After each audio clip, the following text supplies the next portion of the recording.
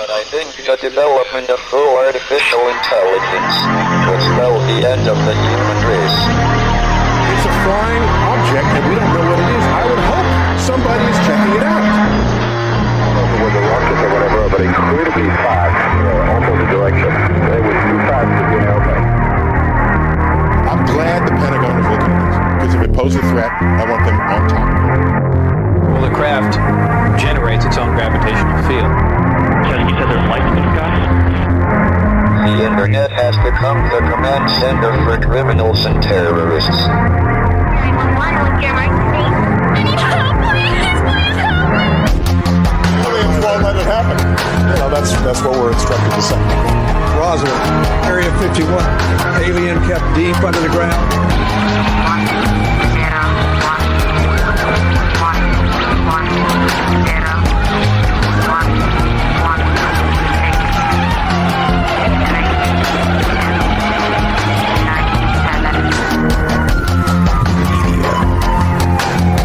Doesn't have your best interest in mind.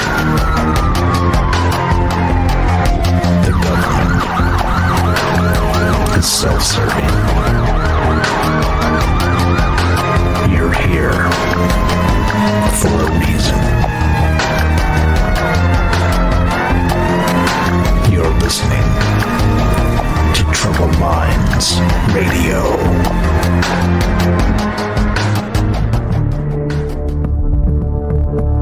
Broadcasting live from a secret bunker just off the extraterrestrial highway. Somewhere in the desert sands outside of Las Vegas. From somewhere in space-time, loosely labeled Generation X on planet Earth.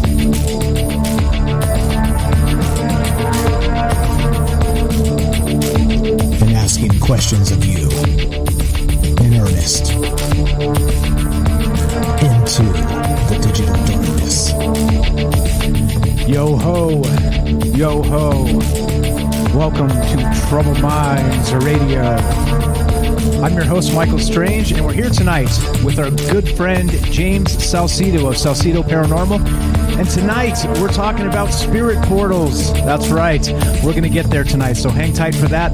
But what is this, you may ask, if you found yourself in some bizarre spirit portal and you're listening to this wondering, what in the world is going on? Well, let me explain. No, too much. Let me sum up. This is the show where we get together and talk about all the things we're not allowed to talk about. You know what they are.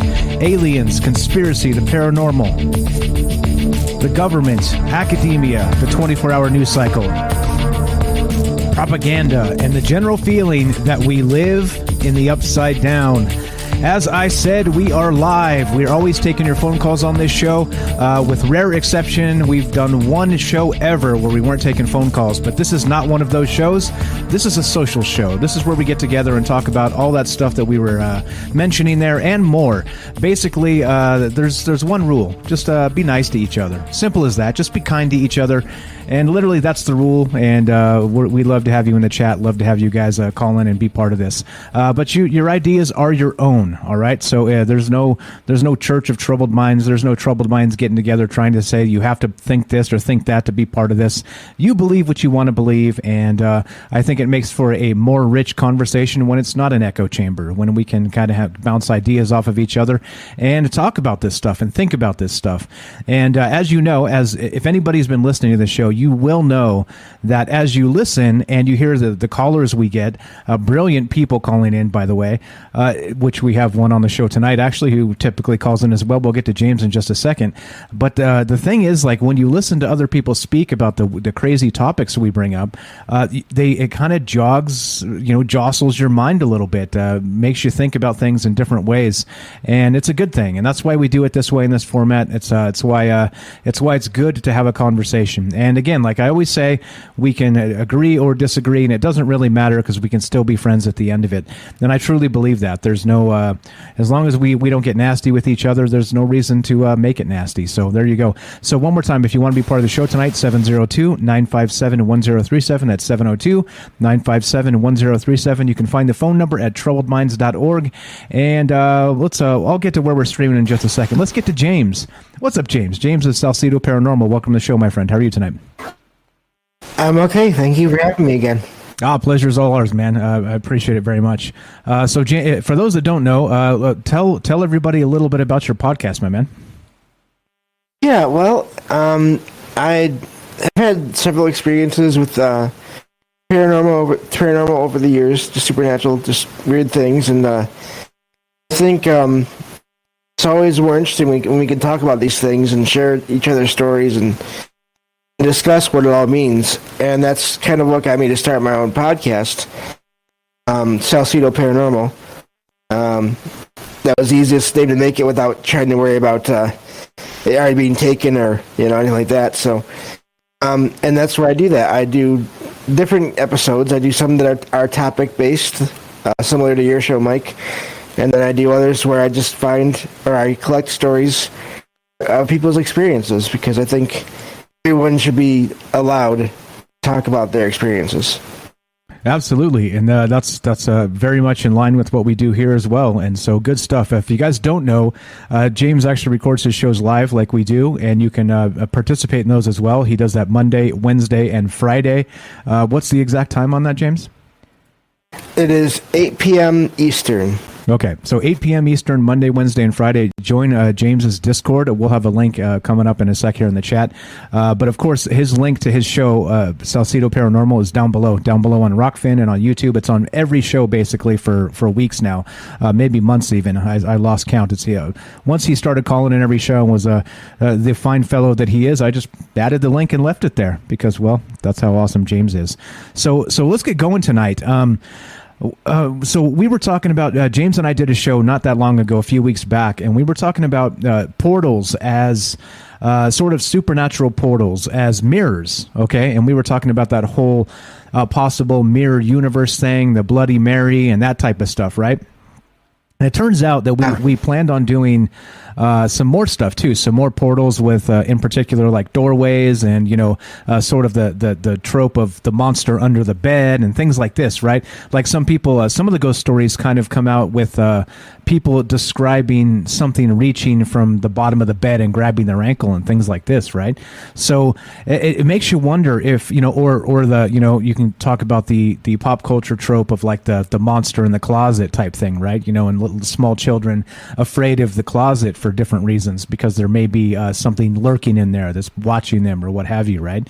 And it seems interesting that once you start talking about these, clearly as the veil thins, as we get closer and closer to Halloween, it starts to make me wonder anyway, where are these portals coming from? Like, and not only that, are there structures or areas or what have you that are more likely to maybe have an open door to the other side? And so that's really the topic tonight. That's what we're thinking about. That's what we're talking about. And as you guys know, regarding this, we range far and wide the conversation here. Thank you, James. We've got the Discord link to James's server. Appreciate that. I was about to get it, but you beat me to it. But the thing is this, right? These conversations range far and wide, so it doesn't really matter, as long as you're kind of in the ballpark here to start, and you want to take that thought that you have wherever you want to take it. That's why we do this live, so it's okay. Don't feel weird about kind of. We're going to get into other portals as well, because as James will describe, and myself as we go tonight, we started looking into this, and there doesn't seem to be a ton of information about portals in particular as doorways or as closets or under the bed or things like this. It's the more you dig, the more you find, but there's not a ton of information out there, unless of course our nice technocrats have buried all this information to the 10 millionth hit on the search engine, and that means nobody will ever find it, including us, because nobody's got that much time in a lifetime. But yeah, so I know James was talk a little bit about that. How come you think it's tough to find information about spiritual portals as doorways and maybe closets and things like this, windows, that type of thing? Yeah, I think it's hard to say. There's still the world and the internet. They're still kind of, I think, embracing this topic. It's not totally mainstream yet. Obviously, I think that's part of it. I think part of it is, again, the stigmatism, the shaming anyone that talks about these things, or making jokes about them, or all those things. And just based on what we found with the research, it's not just doors, it's not just closets, it's not just windows. It really does seem to be like they can be anywhere, and I think that's makes it harder to find. Like you said, I mean, even without any help, quote unquote, from the technical people out there that's in charge or whatever, I think that can just get lost, in all the vastness of the internet. Yeah, I think so. I think you're right there on that first point. All of the points actually, but I'm going to focus on the first one here because I think like you say, we're probably ahead of the curve here when it comes to talking about stuff like this. We take different topics and we kind of attack them in entertaining ways and try and stretch the envelope. Try and push that envelope a little bit, and think of new ideas. You can tell ghost stories and do these things forever because they've been around forever. But I think there are so many unique ways of looking at this particular aspect of like the paranormal. Where do the ghosts come from, right? Where do they cross over? Are there particular areas? And so not only that, so that's what we're going to talk about tonight, but then it kind of gets you thinking in terms of like locations, right? We've talked about in the past how maybe when the landscape changes from like a forest to a clearing, a meadow sort of thing, there's like these natural barriers that exist. And so not just maybe natural barriers that the earth has done, like kind of organic natural barriers, but like barriers in a house, right? That who knows? I think, kind of like I said last night on the show when we were talking about UFOs, if they're like a dimensional phenomenon, it makes sense to me that that's why we can't get any clear pictures, because they're in this naturally phasing state, right? And so things end up blurry. Because you can't expect to like get a crispy, clear photo of like a dimensional something, right? I don't think it works that way. But I think it's the same thing in the sense of ghosts and the paranormal, that maybe, let's say from the other side, they're looking into our world and maybe they don't recognize, just a theory here, don't recognize where the actual barriers are, the portals. Maybe they see them as just a simple doorway in the closet. And so they think they can pass through, and maybe they do. I don't know. What do you think about that as we go? I'll pull up some information. We'll talk about that in a sec, but just kind of toss them out some ideas to start here. Yeah, I think that's all of what you said makes sense. I think I'm kind of reading on and off. I'm reading in the chat here, and I think fear is also a part of it too, of experiences that people have had, that frighten them. Not everyone wants to talk about things when they're frightened, so I just wanted to add that real quick to that.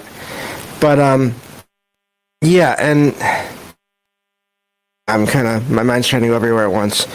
But no, I think that the portals, I think we may hear about the ones in doorways and stuff like that more like possibly like in popular culture and just in lore in general. Like I know there's the cliche of the creature in the closet, or like you said, under the bed. And where does that thing come from? Yeah, and is that a natural barrier? I was trying to think in terms of those natural, or not natural, man-made barriers today. And I was trying to think of why, like the monster under the bed would be a thing, right? And I don't know, is it like again, it's not just like kids describing, the monster under the bed type stuff. Like I said, I'm sure you've heard stories of being grabbed by the ankle type stuff from under the bed, right? So any theories on that, on why maybe under the bed might be a thing? Well, it's in space to most people, unless they're storing things under there. I think a lot of people don't even consider under their bed that much. I wonder if that has something to do with it. And I mean, it's dark under there usually, so that you could equate that possibly with darker beings or more negative beings. Because I mean, I don't think anything is that's good is going to be trying to grab your ankle as it's hanging off of the bed. You know what I mean? Yeah. So yeah, I think that's part of it. Yeah, so kind of maybe interesting. So like people aren't naturally, under beds and things. So it's ends up kind of like let's say like an idle space, right? So there's not like people moving through it. So I wonder if that's it. Interesting. So again, this is why having these conversations kind of live is it makes your mind go, oh, all right, maybe that's why. So like the closet door in particular, if you're talking about portals, we'll get to the portals and some information here in a sec. But like I said, maybe it's because those spaces aren't widely used, right? Including like under the bed. It's an idle space, and so people don't pass through there in particular. People sleep above it, and so it's kind of a space at rest. And so I wonder if that's maybe what's happening there. Yeah, interesting, good stuff. So this is from Higgy Pop's Paranormal Hub, and it says, "What is a paranormal portal or vortex?" And that's what we're talking about tonight, guys. We're here with James Salsido of Salsido Paranormal, and we're just kind of spitballing stuff, looking at ideas, some articles on the internet. We've got a couple stories we can probably read if we get into that.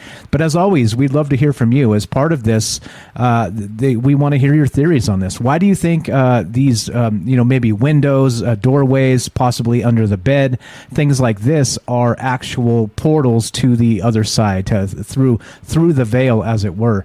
And that's what's on our mind tonight. So if you want to give us a take on this, we'd love to hear from you. And you can reach us at 702-957-1037. That's 702-957-1037. You can join the Discord at troubledminds.org. Forgot to mention we're streaming on Rockfin, DLive, YouTube, and Twitter. And no French tonight, having technical issues with that as well. So we will be back on that as soon as that gets fixed. Okay, so let's go to this. Let's go to this article here. It says, sometimes referred to as an energy vortex or simply a vortex, these areas allow spirits and other supernatural entities to pass through into our world and are therefore often blamed for an increase in paranormal activity. In fact, cases of this nature are specifically referred to as portal hauntings. The idea of a portal to another dimension is nothing new, but there is a massive mix of opinions on what a vortex is, how it opens, and how it behaves. Some say that a portal can open and close in the blink of an eye, allowing something to slip through. Others claim that there are permanent active portals in or on their properties. So we'll go back to this article in a little bit here, but thoughts on that? Now, that's the wild part about this, is that are these particular doorways or portals or whatever's going on, do you think they're open permanently, or do they open sort of just maybe at particular times, or like they said, in the wink of an eye, you just snap your fingers and a portal opens and then it closes? How do you think that works, James?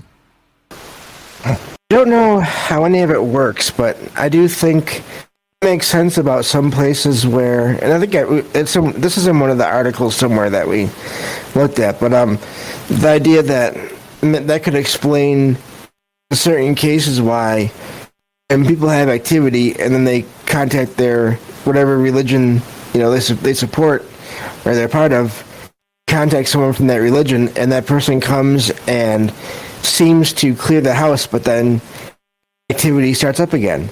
It could be because of one of these portals, whether it's staying open or it's opening and closing, is letting in more, bringing more beings, more entities toward them, and causing that to continue. Yeah, so on your podcast there, again, Salsido Paranormal is his podcast. Please check it out, guys. Links are down below. You read a lot of ghost stories. You've talked about a lot of this paranormal stuff.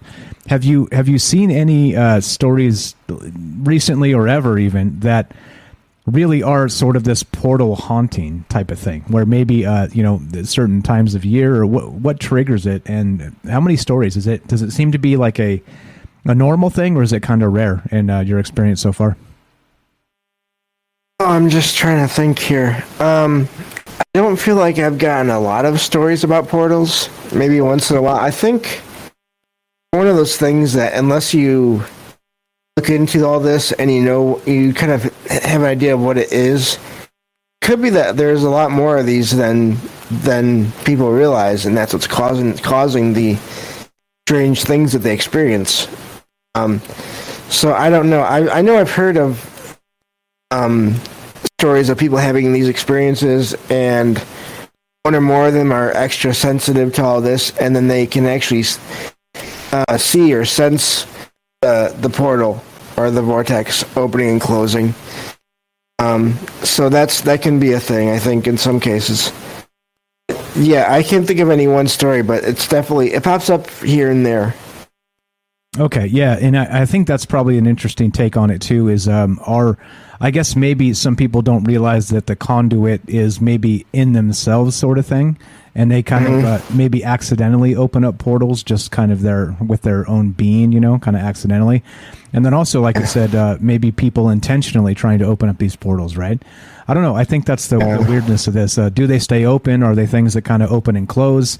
I don't know. I think that's the weirdness of this. But you guys tell us. Again, like I said, we're talking about paranormal, supernatural type portals tonight. And why do they happen, let's say, particularly around barriers, around windows? We've talked about mirrors in the past. If you want to add that into the actual conversation tonight as well, we're open to that, because why the hell not? But it does seem that there's something to this, and I don't know. Like again, right? Without being a spirit medium or playing with the Ouija board by yourself, which I'm told James does quite often, which I don't recommend, by the way. Don't do that, James. Stop that, please. I'm just kidding. Oh, no, you're saying I've done it already. Yeah, there we how go. it is. See, okay. See, it's an old joke. I'm always teasing James about conjuring spirits into his bedroom. But so what does it come down to? Like, do you think people are actually opening these things by accident, on purpose? Are they, again, like seasonal things, like we talk about October and kind of coming up to Halloween here? Do you think they happen on different times of the year, or it seems like there's a lot of variables here? And so, how do you guys think this works? Is it again? We got some great chat here. Let's read some of the chat just real quick. Mbole, what's up, says portals aren't necessarily everywhere, but they can be anywhere, if that makes sense. Sorcerers have the ability to open and close most portals, not all. Meaning that some are always open, right? Always constantly open, that sort of thing. Quick take on that. We got a break in about 2 minutes, James, but quick take on Mbole's idea there, and we'll keep on trucking. I think they have it right. I don't necessarily think they're everywhere, but I think they can be almost anywhere. I think that they can open and close, so I think that there's it's hard to tell how many are out there and how many are not. And then of course there's, as you mentioned, there's those that are by water, and who knows how many are by all those. Are all waterways portals in a way? Yeah, which actually we'll get to. I actually pulled up a little bit of that because it actually turned up in some of the articles and stuff we were looking at. As you start to look into supernatural portals, what do you know? Rivers and waterways seem to keep coming up, if you can believe that, right? Well, it is on deck, and so we're looking to hear from you guys tonight. We're here. This is Troubled Minds. I'm Michael Strange. We're here with James of Salsido Paranormal. Check out his podcast. Give him some love. Fantastic stuff going on over there. And tonight we're talking about portals. Supernatural portals, gateways. How do they actually manifest? Are they always open? Are they sometimes open? Why do they appear where they do? All kinds of questions tonight, and love to have you as part of the conversation. 702-957-1037. If you want to be part of the show, one more time, 702-957-1037. And this is Troubled Minds. More after the break. Don't go anywhere.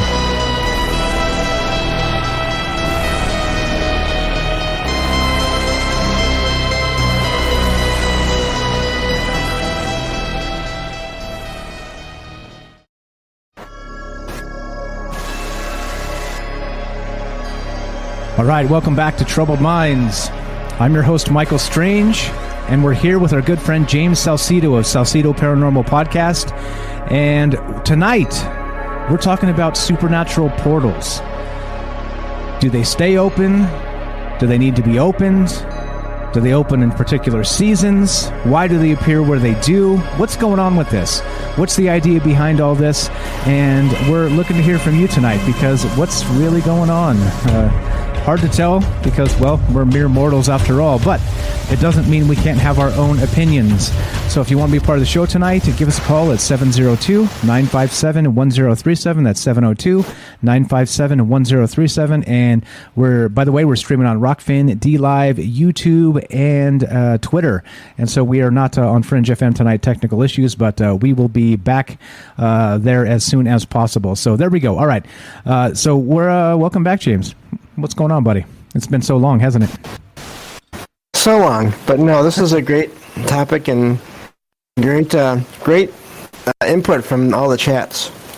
Yeah, it is good to watch the chat. Like I said, give you some ideas when you're trying to fill some space here as your mind wanders. They're kind of filling in some blanks for us, which is always fantastic.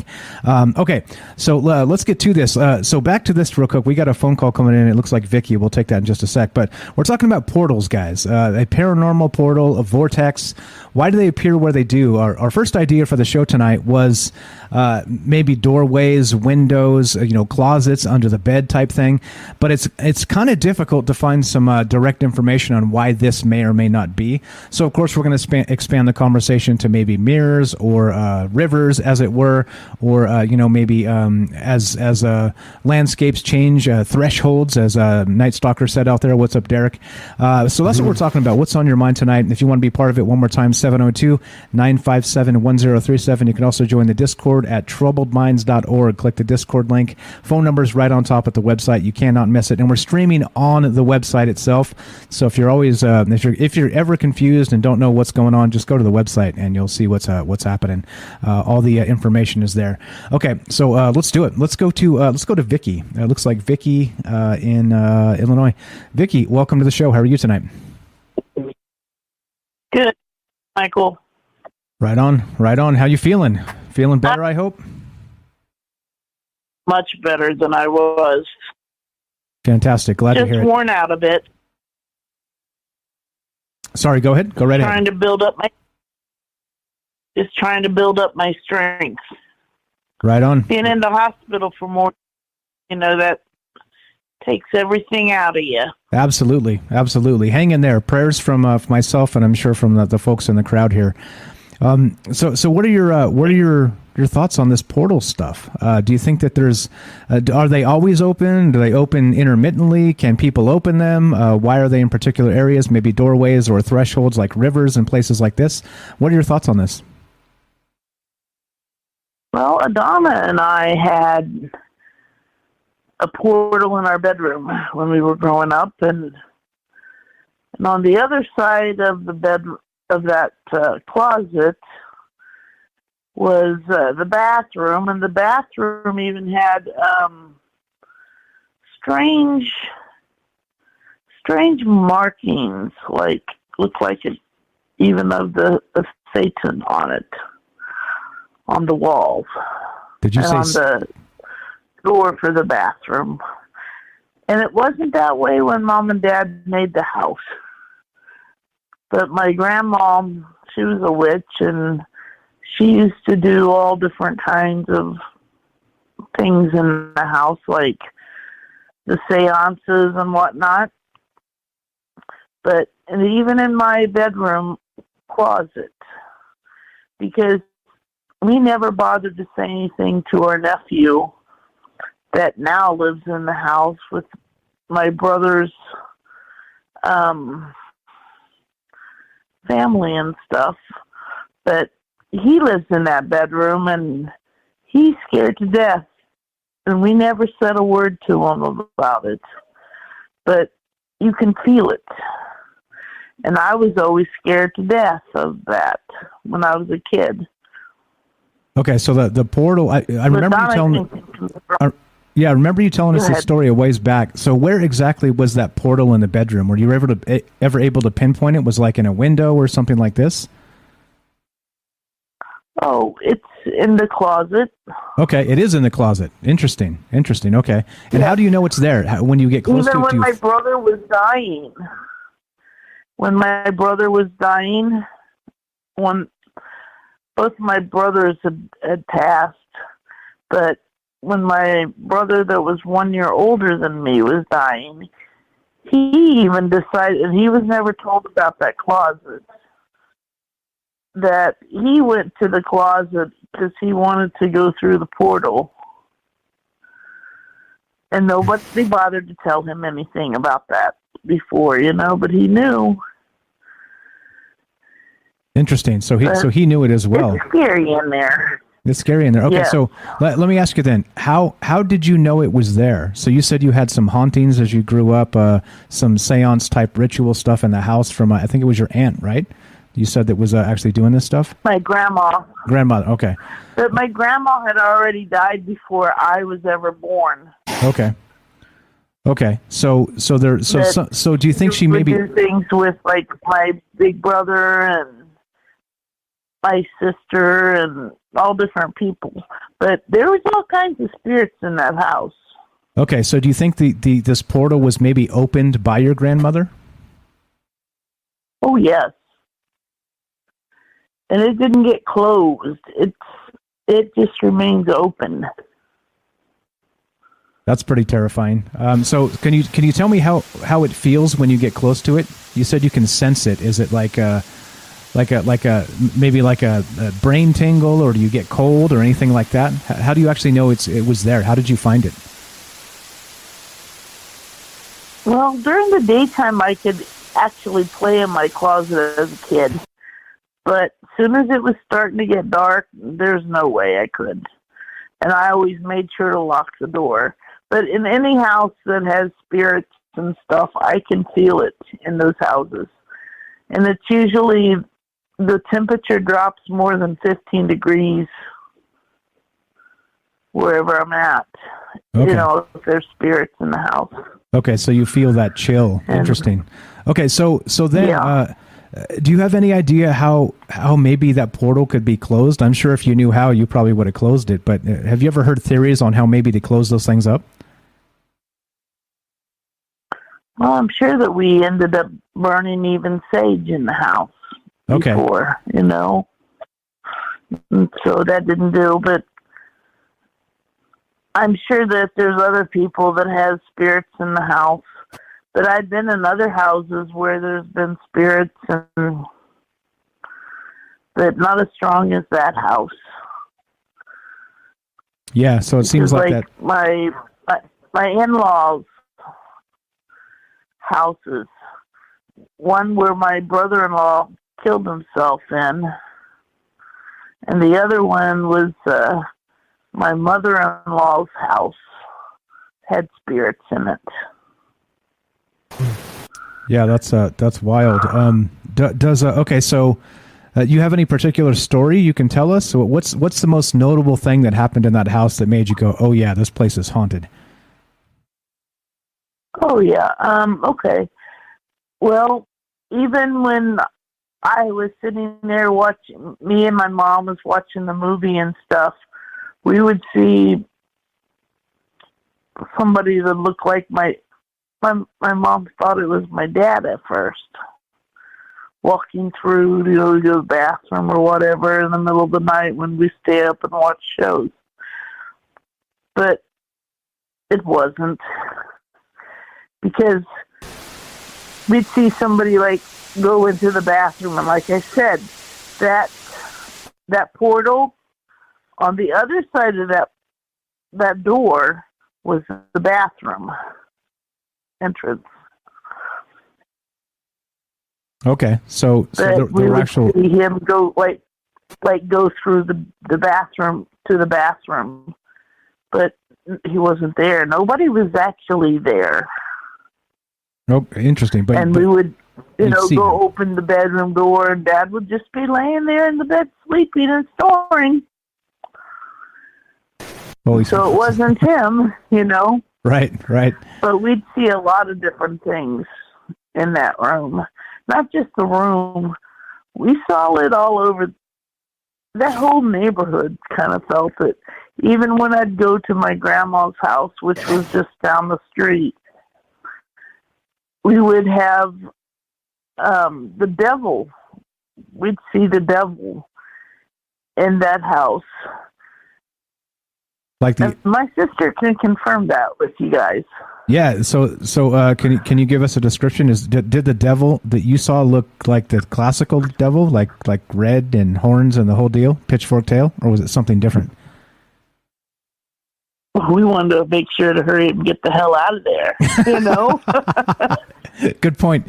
I wouldn't be taking notes either. I'd be like, oh, gotta go. I got things to do. Gotta wash my hair later. Wow. Okay. So It was like with my grandma, my grandpa built that house, and my grandpa helped build my mom and dad's house, which was kind of weird. You know, that both places were haunted. yeah, interesting. So But Matt, with my grandpa's house, it had a breezeway between the house and what was it called? Well, my grandpa had a room where he'd go ahead and, like to fix up the car or whatever. It wasn't really big to fix a car. So it wasn't really a true room to house the car or anything like that, but it was where I'm trying to see something here real quick. My sister says that she even said I could see a distorted circle spinning on the door while the portal opened. And Mom saw again, it looked like our dad, yes. And I remember that happening. interesting. I was just seeing what Donna wrote. Yeah, and so she adds also, Mom saw a djinn. It looked like our dad. Interesting. So if you guys, again, so Vicky and Adonna are sisters, and they're usually on over on Rockfin. So if you want to go over and chat to them and join the Rockfin, go say hi. Very, very good stuff. So I don't know, did this maybe in some capacity follow you away from this portal ever? Do you think that's a possibility? Or you don't still live in this house, do you? I don't live in that house. I don't even live in that town now. I just moved about a month ago. Okay. But Adonna lives in the town. Okay. So do you have any feeling that something maybe followed you out of that portal? Is that a thing? I don't feel that it followed me from that portal. However, in some of the other houses I have lived, I think that it had before. So I don't even sleep. When I go to bed and sleep, there's always lights on in the house. Gotcha. I'm with you. I would be the same way. I would totally be the same way. All right, we're going to keep on trucking here. Do you have anything for James before we let you go? Yeah, we're here with James tonight. Hello. Yeah, hi, James. Good to hear from you. Has a great show. Right on. Oh, yeah, that's Thank right. you. That's right. Vicky spent some time over in the chat there with James as well. I've seen her over there on when he's doing a live stream. Mm-hmm. Right on. Okay, so you guys know each other. We don't need any pleasantries. Dispense with the pleasantries. All right, Vicky, you were the best. Thank you so much for calling. We're going to keep on trucking. I appreciate your stories. I appreciate you listening. Thank you, Michael. Godspeed to get well. Okay, heal up fast. And I've been trying to convince Adonna to get on there, but she's too shy to get on there to talk, but she'll post things. That's okay. And talk on the show otherwise. Good. But not with her voice. All in good time. She's welcome whenever. I appreciate it, Vicky. Thank you so much for the phone call. Thank you. Thanks. Bye-bye. Have a great night. Appreciate you sharing. There you go. Holy smokes, man. What about that? You ever heard like a haunting, like maybe a lifelong sort of haunting happening from a portal like that, James? I've heard about families across generations that have had experiences in the same house. Yeah, I don't know if they've ever attributed it to a portal directly, but that's one possibility why that that could happen. I think if multiple generations, have lived in a house and they've all had experiences, and then, as Vicky was saying, if someone decided to make a portal through magical means or whatever, it's interesting. I don't know. I don't think I want to do that, but some people, I guess, are more curious about this stuff than others and willing to do more than just to observe. So that's a lot to have happen in one house. Yeah. And so I asked her, I've heard this from not just as was described in the chat a little bit earlier and how we talked about just briefly Skinwalker Ranch portals there. There's something known as the hitchhiker effect. And what that means is that if you're in an area with like maybe a portal open like this for a long time, or even you're close enough to a portal that's open just for a brief period, these things, these entities, whatever come through them, have this ability to kind of piggyback on you and follow you home. Even if you're, hundreds of miles from home, like Skinwalker Ranch as an example, there have been hauntings that have followed people after they were doing investigations on that particular ranch, which of course has, been long considered a possible hot spot for portals opening and closing and things like this. Have you ever heard of the hitchhiker effect? And what do you think causes that? I haven't heard it called that. I've heard more of like attachments. And it sounds like a similar thing. But there are plenty of stories that I think it does happen. It's not common, but there are teams of paranormal investigators that will go places, and after that they'll have activity follow them home. Yeah, and it's not that it happens every time. I think it's like anything. You have to be careful, and every once in a while, things are not going to go the way you want them to go. It's just one of the risks you have to keep in mind if you're going to do that kind of stuff. But yeah, and sometimes the attachments are not negative. They're just random things that will happen around a person in their home. Sightings or objects moved or things like that. But other times, they can be negative and disruptive, and so I've seen all ends of the spectrum there too. Yeah, so it does seem to be a thing, and I wonder. So I was kind of considering that maybe when that happens, it's because the spirit may not have good intentions and wants to, kind of like in that trickster spirit sort of vein, Loki style or whatever, wants to follow you home and keep messing with you, keep playing tricks on you, keep confusing you, keep trying to make you go crazy or whatever it is, right? But good point you made there. Maybe it's not intentional at all. Maybe it's benevolent in that maybe they like you, right? Maybe whatever entity comes through this portal or this gateway, they just form this attachment, as you said. And it may not be bad at all. It may be that, they like your energy and that's that, and they want to hang out with you, something like that. Yeah, and I don't mean this directly at you, Mike, or anyone else, but I think a big part of that is, of course, due to Hollywood. Because according to Hollywood, everything supernatural has to be bad, just about. Ah, yes. I thought you were bringing up Hollywood because you've seen my hair. No? Oh. No, I'm just kidding. I'm legally blind, I'm not even looking at your face right now, so. All right, I'm just kidding. It was a joke anyway. So just like very much interesting that we talk about aliens on this show as well. It's been said that there's like Stephen Greer has said this, even just to bring it to aliens for just a second, this conversation, that exactly that all of the Hollywood movies have been about, aliens invading, and you rarely get a nice, movie about aliens, kind of just showing up to chill, to hang out, to see what's going on, to say hi, and that sort of thing, right? Yeah.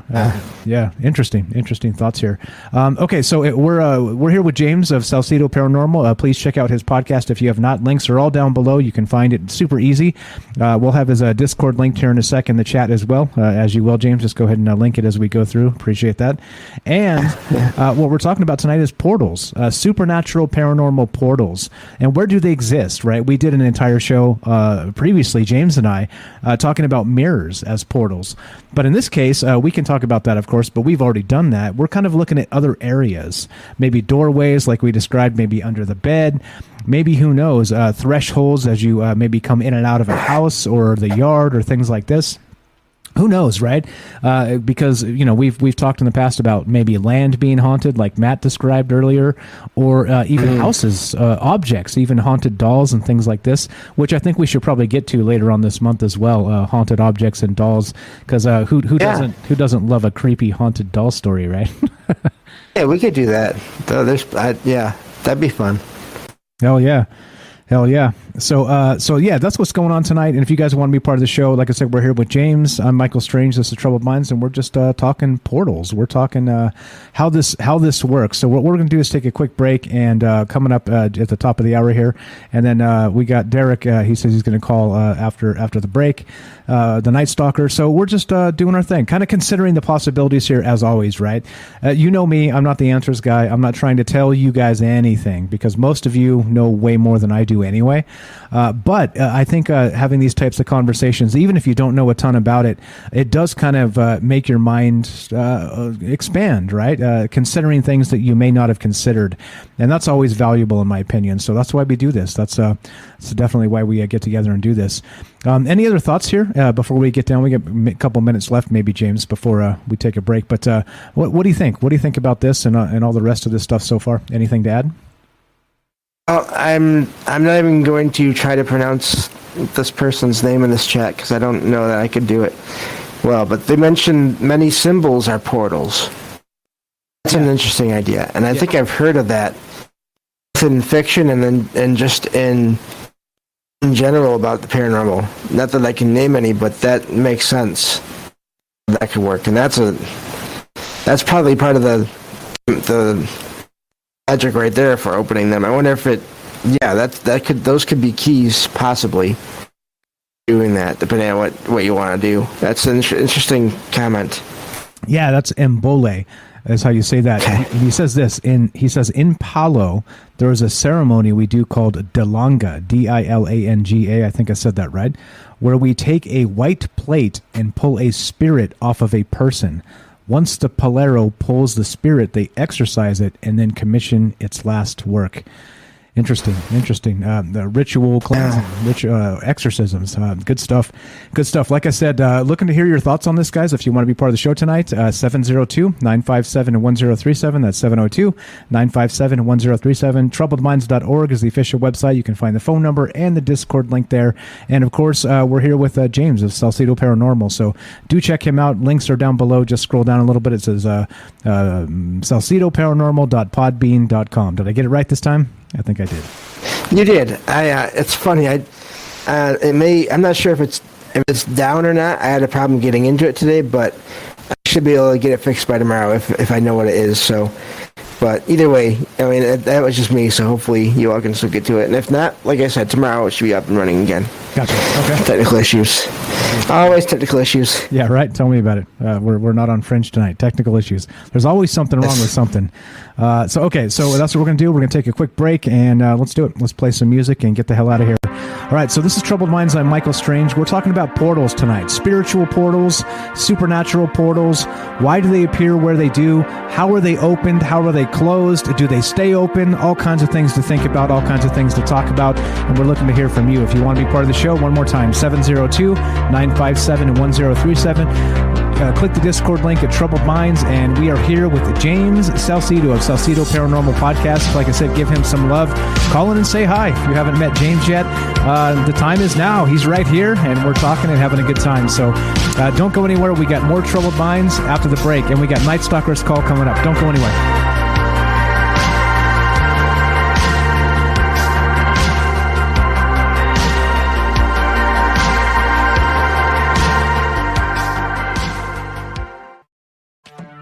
We are talking about the alien abduction phenomenon.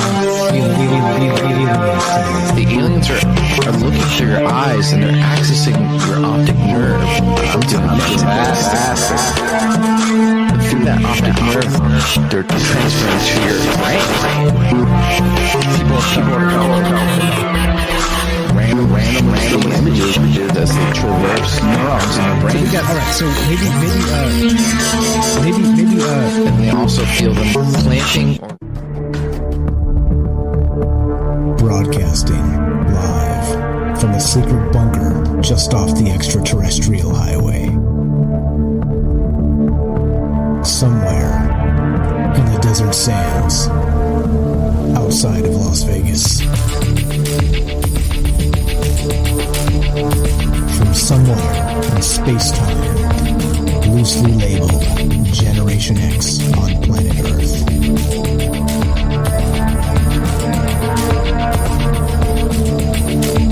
And asking questions of you in earnest into the digital darkness. all right. Welcome back to Troubled Minds Radio. I'm your host, Michael Strange. We are here tonight with James Salsido of the Salsido Paranormal Podcast. Give this man some love. Fantastic stuff going on from him and the work he's doing Monday, Wednesday, Friday. He streams, and he's here with us tonight as we talk about portals. And not just portals, paranormal, supernatural portals, but where are they? What are they? Do they stay open? Can you close them? All the rest of this, that's what's on our mind tonight as we continue talking about this. And we're just doing our thing. Streaming on Rockfin, D-Live, YouTube, and Twitter. And of course, we're taking your phone calls. If you want to be part of the show tonight, it's 702-957-1037. That's 702-957-1037. You can also click the Discord link at troubledminds.org. And there you go. Simple as that. Let's do it. Anything to add, James, before we go to Night Stalker? No, just I'm loving the chat. I said it in the chat just now. It's so many great points. Absolutely, 100%. All right, so let's do it. Let's kill this music and let's go to our good friend Derek in Massachusetts. Welcome, buddy. You're on with Mike and James. What's on your mind tonight, my man? What's going on, you guys? Great show tonight. Thank you. Thank you. Really great stuff, James. Loving hearing you on with Mike. This is maybe my favorite topic, the portal idea, and it's like probably the thing over the last like 5-6 years I've tried to like kind of shove into the zeitgeist as best I can, get people like accepting it. And honestly, it's come a long way from when I first started calling in a show. It's like 5 years ago to where we are now, as far as like people accepting the idea of portals. So I think we're on the right track. But like, because of how open it is and how like, obviously I think anything is possible and there's like infinite possibilities for anything. I like to kind of try to make some kind of rigidness a little bit, try to like focus in on some aspects of it, just so we can have something to grab onto, so we can like try to get deeper into what is really going on. So for me, that was like the water idea, the water aspect, you know. But first, like to touch on like your original topic and stuff, the idea of being like closets and doorways and like doorways and that kind of stuff. The threshold idea is definitely an interesting one, and the idea where these like two rooms connect, or two spots connect, or two locations connect, two different areas will like connect on the physical plane. Like in the ethereal, then two realms could be merging in that location, you know, and like it's kind of like hard to explain almost. Like it's kind of trying to like, it's kind of the part about the ley line portal, like the river ley line portal idea. That like is kind of the hardest to get past, is like how are the rivers all connected? How are these like doorways all connected? How does like higher dimensions, how do you visually, or how do you try to explain that? You know, it's pretty tough, you know? So you kind of try to use examples, you know? So for me, it's like the feeling you get when like you can tell, let's say like you're lying down in bed or whatever, and like somebody like knocks on the door and like says, "Hey, what's going on?" or whatever, and then is leaving and like doesn't shut the door all the way.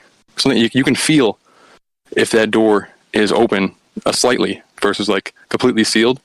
It's almost like it's like sealing the realm from like one. And like there's a big thing with like, especially I know with like autism, but especially with like smoking weed and like doing drugs, the idea of like a transition from one room to the next, or one location to the next. It's like it's an experience, you know? So sometimes people like won't like to smoke until they get to a spot, because the transition from one area to the next is like overwhelming for their mind. So I think there might be something, we see everything like it's all connected, like we're living in the 3D world or whatever, but it's just not actually like that. We know that. So just something deeper might be happening when you're actually changing locations. And like a pop culture example of that is like the Matrix with the back doors and stuff. So like the key maker or whatever has like the master key and stuff, and will open a door to like, or like close a door to one location. When he opens it up instantly after, he's somewhere else, you know? So which gets to like the rigidness of it, you know? So like, I don't believe there are portals everywhere. I think there's like a framework to it. Like the same way our body has like acupuncture points and chakra points, whatever. If you were to like take those and as above, so below, on the earth body, that's kind of like what we're dealing with, like a set of nodes on the actual structure of reality. And those can be, and I think when they say like so-and-so is trying to open a portal somewhere or whatever is trying to do rituals on these locations or try to do some kind of scientific experiment on these locations, I think they're doing it on already existing doorways to elicit the reaction. But I don't think they're doing it a whole cloth. You know, I don't think that they're doing it. I don't think they're tearing space-time like that.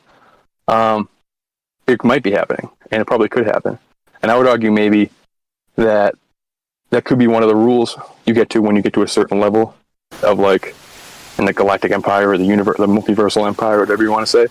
Like the nuke idea, like aliens worrying about nukes, is probably less to do with like you're going to destroy like the planet and they're watching us and caring about us. More like no, you're not allowed to rip space time. If you want to traverse the cosmos, you got to do it in these established doorways. I mean, you can't just cut. You can't just, if you want to like get out of the house, use the door. You can't like punch a hole in the wall and walk out the door. You know, there has to be some kind of like structure to it. You know, like, but I think it's also you can probably work around that. You know, and probably when some bad stuff happens. But I'm kind of rambling, so maybe take me back for a second. Up in I got you. So funny. You're talking about portals in different areas and things like this. As it didn't take me long, kind of digging into like these ghostly portals or whatever it is. James and I were bouncing links back and forth the last 24 hours, and it instantly ran into water. Instantly, yeah. Right. I have the article up right now. It says look for a haunt near a body of water. I'm just like, damn it, really? We're back to this. It's not a coincidence that you use dowsing rods to look for water and for ley lines. I mean, they're tied together intrinsically, you know. So I think that like,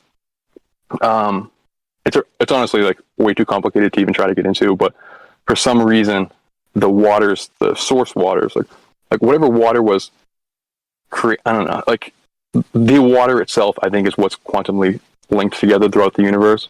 And then like light is the information that like kind of imprints itself onto the medium that is water and is able to like, I don't know, it's really tough to grasp, and it's like I'm only going to ramble and do a terrible job to explain it. But just to stick with like that portal idea, I do think there's like locations like this. So for me, like since like kind of the flip switch like 5-6 years ago, as far as like I should be looking for rivers or at least like mystical source water, they call them, like springs and underground aquifers and stuff, not the ocean, like not salt water. It would be like specifically delta areas, or like in a lot of ancient mythologies.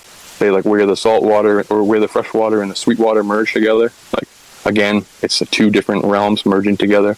And like marshland. James, we can get way more into this when we go on your podcast on Saturday. But like marshland is another one that's always considered to be these doorway areas, these like places where the veil is thin, because marshland and swampland and wetlands are where on the physical plane water and land are merging. So then in the ethereal, the two realms be merging. Crossroads is where you do like magical rituals, because it's where these literally two streets, I guess, in some instances, like an actual crossroad, or places where we perceive it as just like physical things crossing, but on other realms up and down the line, it's a real thing, you know. I don't know. I had Any thoughts on that? I had more when I wanted to call. I'm kind of losing it right now. No, But you're good. any thoughts?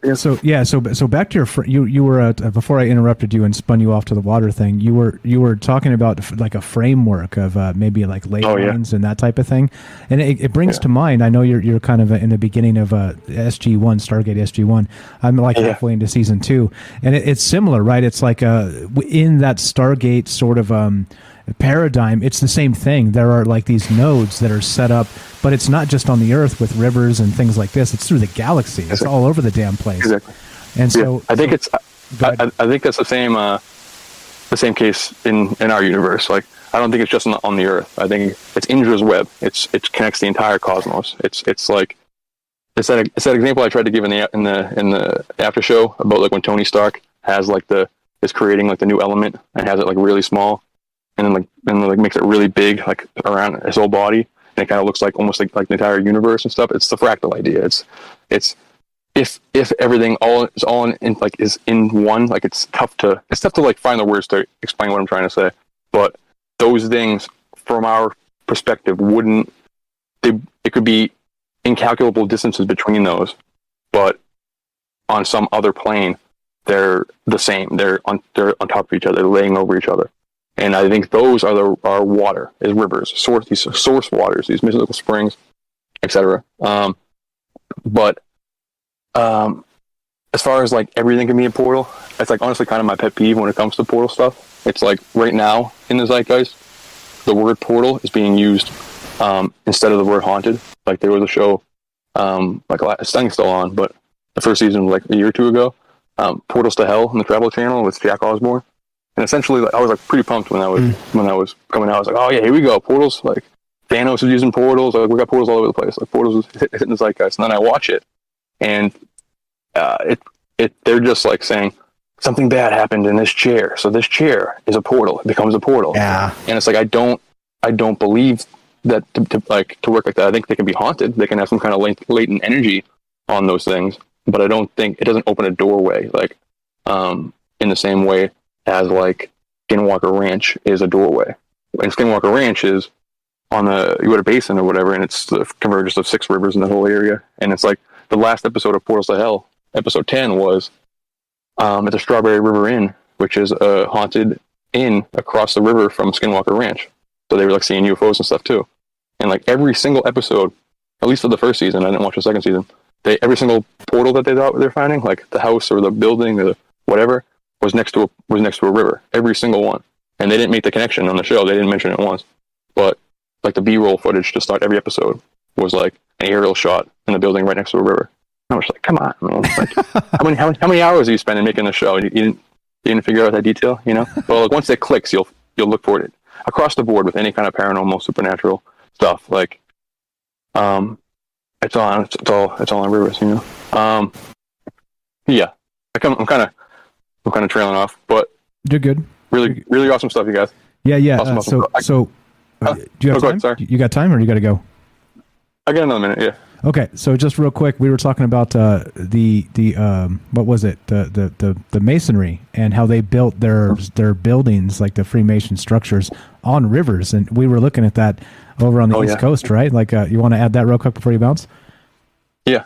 I was on Freeman like randomly. I don't know how he even like kind of found me, but this was like 3 years ago at this point maybe, and I was kind of telling my whole river thing, and I hadn't come across this, but he goes, yeah, I think you're right. Every Masonic temple is located on a river. And then Jay was talking about his actually being on the convergence of 2 rivers. Jay from the chat and stuff. And like technology parks and stuff. Go to search on any town you're in, search your Riverside Road and see what's on it. And like, you might have some houses on it. There's probably a suburban area on that road, but I guarantee you, I'll bet you $20 that there is a technology complex, a military complex, an industrial complex, or something that it could be impacting this energy area in some way. Like I think that's what they're doing. They're not like opening portals whole cloth out of thin air. They're landing on the secret information that they're hiding from us. A big chunk of it, I think, is where these natural existing window areas, portal spots, places are located. And the indigenous knew about, like the ancients knew about it forever. The early settlers and conquistadors and stuff, they stole that information and they kept it hidden. Vatican probably has information hidden stuff. So they kind of have all of these things under their own little custody. Like the more severe ones or the bigger ones, like the big chakra points in the body, would be like more important. But then the much smaller ones that could be just on your finger or whatever on the earth body could just be tucked away in a church, tucked away in a reservation area, tucked away. It doesn't matter. Like a library, like a opera house or something where if they, and then there's like, in Lovecraft Country when they have that, like the Order of the Ancient Dawn is trying to open their portal at the basement of this house or whatever. Yeah. And the guy, they have the orreries, like the planets rotating around each other and stuff, and it just shows like how the planets move in the sky. And it was like really important in the show, the orrery. Like tough to say, but kind of that's what I think is going on. And like, I don't have the answers to how it works, but just something to do with alignments. Like there was one researcher who believes that UFO stuff and paranormal stuff happens when the sky is at the galactic 6 p.m., like not our 6 p.m., but the galactic 6 p.m., which is like measuring time based on how the sky is moving. So right overhead, like it's creating some kind of like, if information is moving through light to be reassembled at the medium of water, then it's where these bodies are aligned together. And you can see the alignment. So like that's in every pop culture thing. That's all over the place. But for Stargate, just the last point, and then I definitely have to leave. But so when I say all the time, I think the secret space program is much more Stargate than it is Star Trek. And this is with only having seen the movie and 10 episodes of the show. But the way it's depicted in the show is they're building it. Like some ancient race, whatever, built these physical gates and dispersed them across the universe. And you need one gate in order to, like, you need two gates to get to the other side. But I think that's not how it's actually working in reality. In reality, these gates are naturally existing. Perhaps like some kind of god-like entity maybe did this early on. I think this is how just the framework of reality works. Like this is just, I don't know how the building is kept up, basically.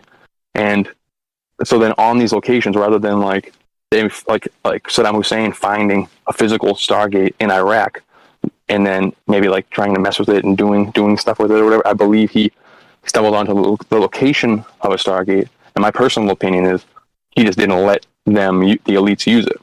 The elites, they have them all on lock. They have everybody in their pocket. And then as soon as Saddam's like, no, we're not using gold, and you can't mess with our Stargate. And if their goal is to break the game, they need to mess with every little nodule, And they took them out, and they got that Stargate back. But like, I don't know, I'm really rambling now, so I'll go. But that's kind of I think the difference. It's less like, I don't think it's everywhere. I think there is a framework.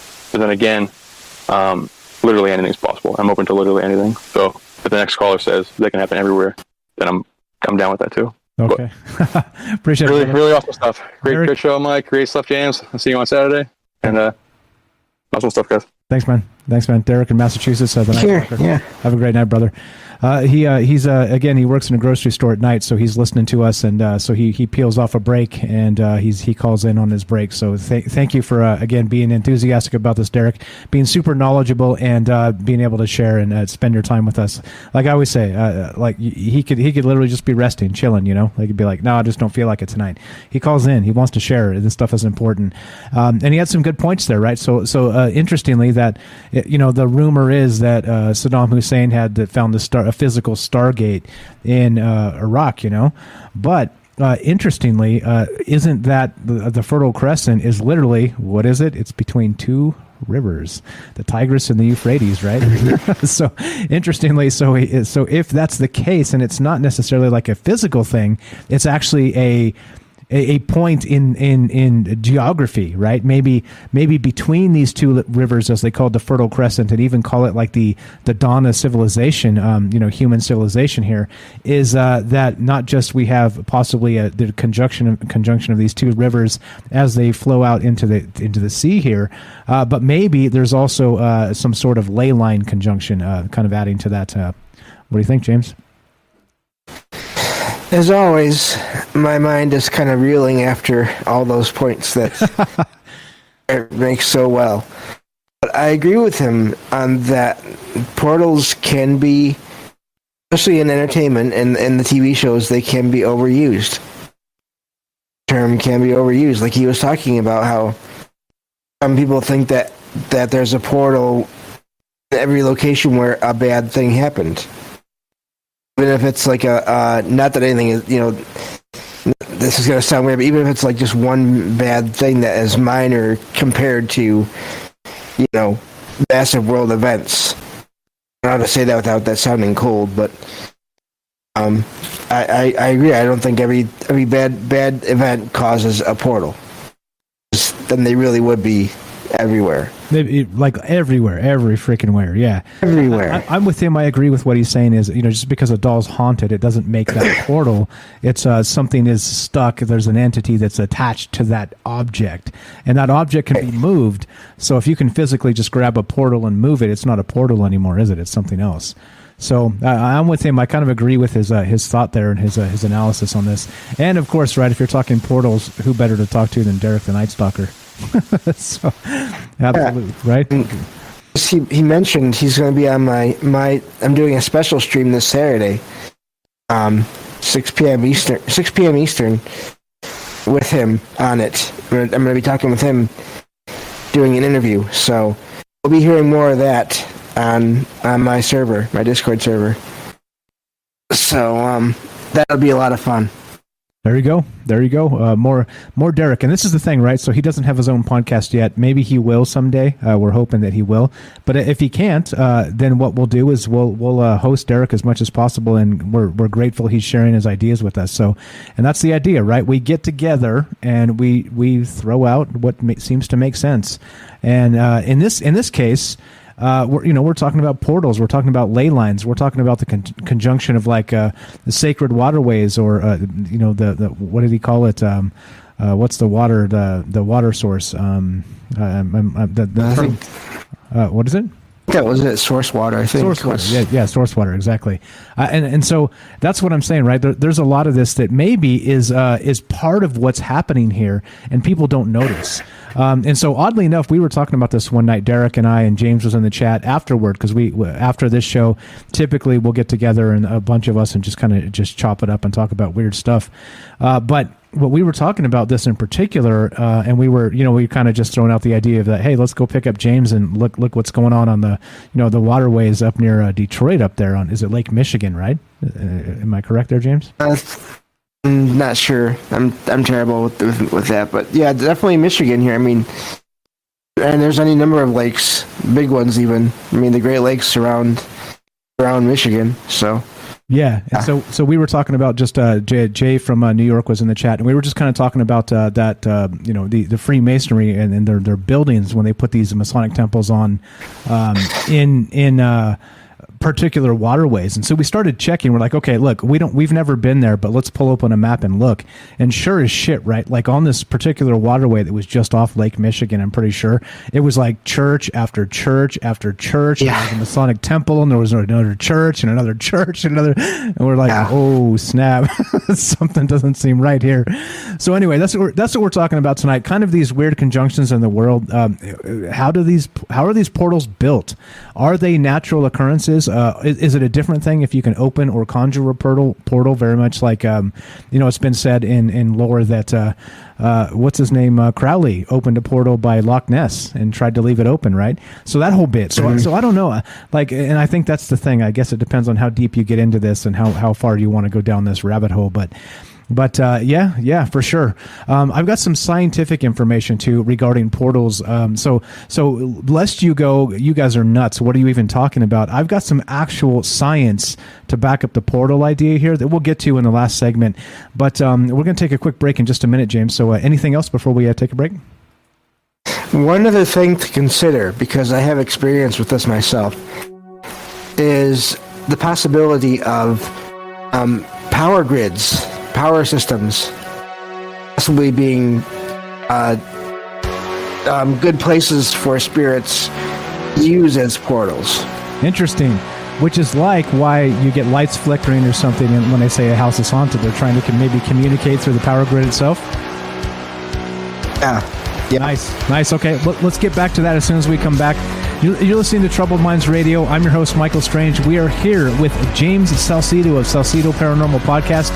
Please check him out. He streams Monday, Wednesday, and Friday, and he talks about, that's right, the paranormal. And he's got a special episode this Saturday with Derek the Night Stalker. Check it out. There you go. More Troubled Minds with Mike and James after the break. Don't go anywhere, guys.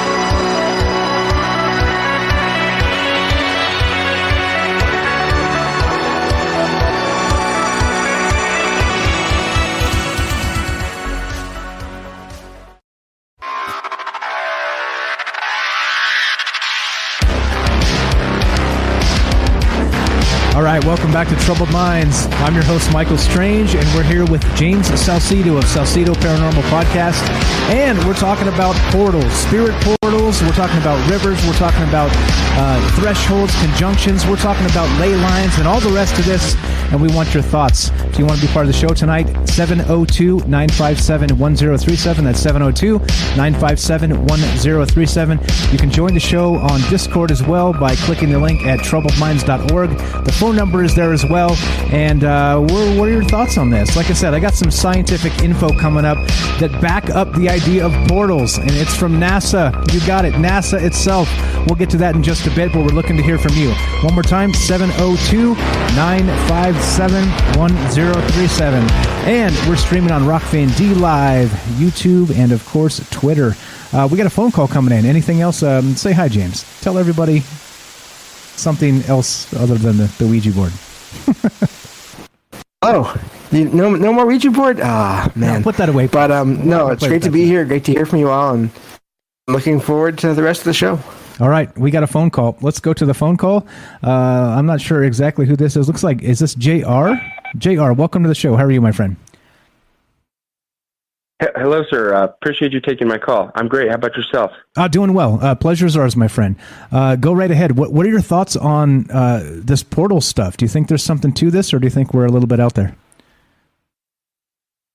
Definitely out there. So many thoughts. To begin, I think there's so many different types of portals.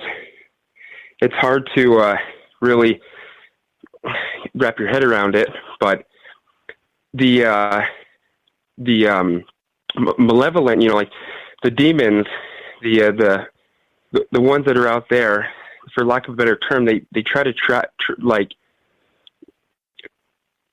attract people that are weak, and they'll attach themselves, and potentially it could manifest. And I think that could kind of exist anywhere. You allow your mind to be at a low vibrational state. You attract some type of malevolent force. You could potentially not necessarily become possessed, but become tricked. Like that's, if that makes any type of sense. But, as for more portals, I had heard one of the gentlemen talk about conquistadors in the past finding portals or something. It's interesting to me, though, all the different churches and areas, and just the ambiance that's created around a lot of them. It's definitely a little interesting. Now, I have a story about my mother. She was cruising to Albuquerque to Santa Fe. They're in the movie industry. This was several years back. They do big hours, the Teamster Union, and her husband's a part of the own the transportation department, so they're in charge of all the picture stuff, cars. Well, they're moving all night, every night. And in May, they do a ceremony for the Santo Domingo.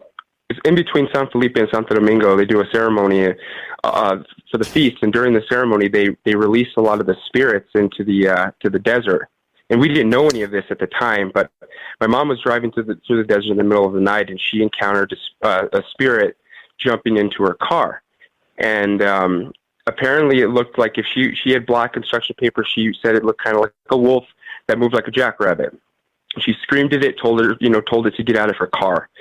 I thought that was pretty interesting. Her friend that was trying to invite her to go eat at the feast day, said, hey, this is what's going on. Well, wow, it's in May. And she told her the story. Said, oh, hey, well, we open, that's basically like the portals. We open them at the time, and we release the spirits. So one of the evil, one of the more naughty ones probably jumped into your car to try to go home with you. So I thought that was kind of rude. Interesting. Rude. That's what that is.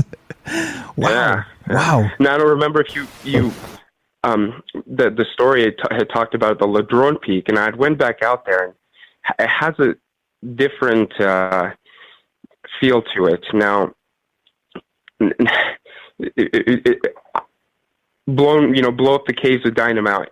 One thing I had left out about the story, the two gentlemen, one was geologist, studying the Roxy environment. The other was the security guard of the campus that his friend had been, attending. He had carried the 9mm that he unloaded at the figure that was approaching him, that they swear to this day that appeared, there, that could have come possibly from Portal or from the laboratory, miles away. But I too genuinely think that there are portals. There's definitely spirits. I know Mr. Gable talks a lot about the mirrors, and that being a big, contributor. I've had a big mirror, next to my bed in my son's room in one of the homes, I have. We're right next door to each other, and I couldn't even begin to explain some of the activity that we've had. But real quick, I know I'm on big rant, and your listeners are probably like, no, you're fine. You're this fine. guy's You're funny. okay. But I have another interesting short story to tell you. Sure. Considering it's October, and it's cool. So I grew up downtown Santa Fe, working the restaurants when I was 16 years old. I had actually told David Salazar I was 18 when I was 16. He gave me a job. He was Lacoste uncle, good friends of mine. I had got the gig, been doing my thing there for about 8 months. We would slice the wine corks in not in half, but in a cheese triangle to wedge underneath the tables because of the old adobe structure being so old. Okay, the tables would shake, and the $50 glasses of $100 glasses of wine would spill. So we had to be very meticulous about it. One night, I could never forget it. There was a party of about four people that I could sit down and draw you a very detailed picture of. And very, very interesting characters. They had very, very cool jewelry. It was one guy and these three women. Now, the man and the woman seemed to have relationship, like married. I was bussing the table, not really talking to them, but just I was a busser, I was a young kid. And one of the women I had noticed made comment, like older women, oh, what a cutie, like if I was younger, just kind of ignoring it, but kind of like, they're nice, whatever. We go about my deal. We were funny kids. I had my pal of mine, like I said, Lacoste, his uncle owned the joint. So we thought we were cool. We would pour the wine. The older ladies would buy expensive bottles of wine. So we would take what they had left over when we were younger, and we'd pour it in a cup and chill at the end of the night and sit there, Well, this night was different. I had wrapped up. They had stayed late, and I was waiting for them to leave because I had to do roll-ups. I had to clean up, and I wanted to leave. And even though I had lived right down the street, with the family, this was off Canyon Road. This was El Farol, the old watering hole of a lot of old cowboys, and Well, anyways, these people began to leave. Not much of a mess. I began to clean, and the ladies giggled, like kind of a hackle. They're older, and they tried to talk, and it just, made their way out. Didn't think too much of it, okay? They were older ladies. They got to the car, which was right across the street off Canyon Road. They get to the parking lot, which was clear across. Now, my family had actually owned property right down there, close, and it was just an interesting area, and not much light. But I'm looking out there because I was just so ready for them to leave. And those women that were older women, as if they had just walked through a portal, had become super sexy. they were young. They had become young women, and they left. And they looked at the restaurant and they laughed. And I saw them leave. And it was yeah. Wow. Yeah, that's wild. That is wild. JR's told us some amazing stories. And yeah, I don't know. So what's your theory there? Is that some sort of witchcraft? Is it your perception? Do they alter your perception? Do you think they did pass through a portal? What actually now happened there's right there? a lot of talk of a lot of brujos in the area, but I think it just has to, that may have been a brujo, but I definitely feel like portals are everywhere. Gotcha. Okay. All right. Everywhere. Fair enough. And I do believe that maybe there were secrets. The conquistadors could have had secrets in these temples, these areas that are well kept. Now, I don't know if you've spent much time. I was in the cathedral downtown Santa Fe a couple days ago, and why are there so many cameras? Why is there what is the deal? What is the issue? And it's like that at a lot of those places, and I get they're old and this and that, but could have these portals you've been able to go and you were able to go to another realm, another dimension, transport goods. Could you can move the gold to one area to other, could the other light form come and, make deal and how, I just think there's a lot of thought that, can go into it. But as Mr. Bell said, after, the body dies, definitely the conscious mind survives. And I definitely was a skeptic for the longest time until I've had my own paranormal encounters, which, crazy, Mr. Strange. That'll change your mind fast, won't it? JR, you're the best. I got to let you go, man. We got a couple calls behind you. They've been waiting a bit. Absolutely. I appreciate you allowing me to talk. Thank you so much for the show and always having great information to listen to and, to educate and entertain. You got it, brother. Thank you so much. Thanks for listening. Thanks for contributing. Have a fantastic night. That's JR, guys. All right, so we got Matt and we got Jennifer on the line. Let's go to Matt. We're going to keep on trucking. We got phone calls. Let's knock them out. What's up, Matt in California? Welcome to the show. How are you, my friend? Good. How's it going, Mike? Okay. You got it. You know what's going on, man. Thank you. Thank you for having me on. Pleasure's ours, man. Go right ahead. What are your thoughts on this?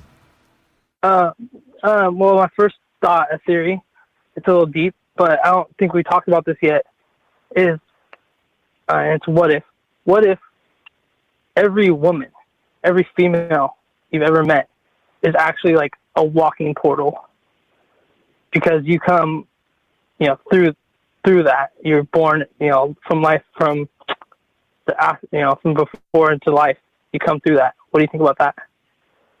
Interesting, and that it's like the channel of life, where life is derived. Yeah, I can follow that. So what's the idea there? Do you think that maybe that's why, for some bizarre reason, witches are more prevalent in history than warlocks? They weren't. We can talk about blaming women for the ills of the world, right, in the old days, but do you think there's something to that? Not to be misogynistic here, let's be very careful about where we go with this.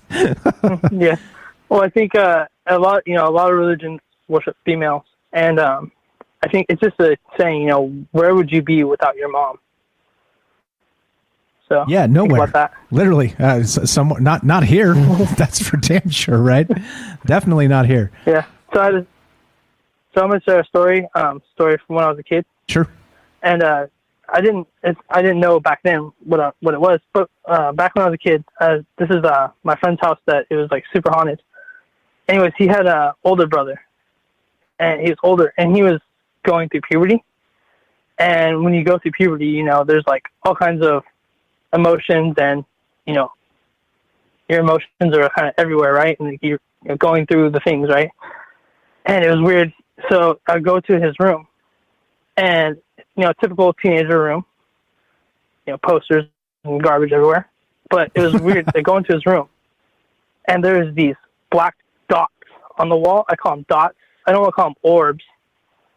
They were on the wall, and they kind of reminded me of like Looney Tunes, like the black holes in in Looney Tunes, the black hole where they could stick it on the wall and then they could reach through and grab something out of it. And it was weird. They were like spreading.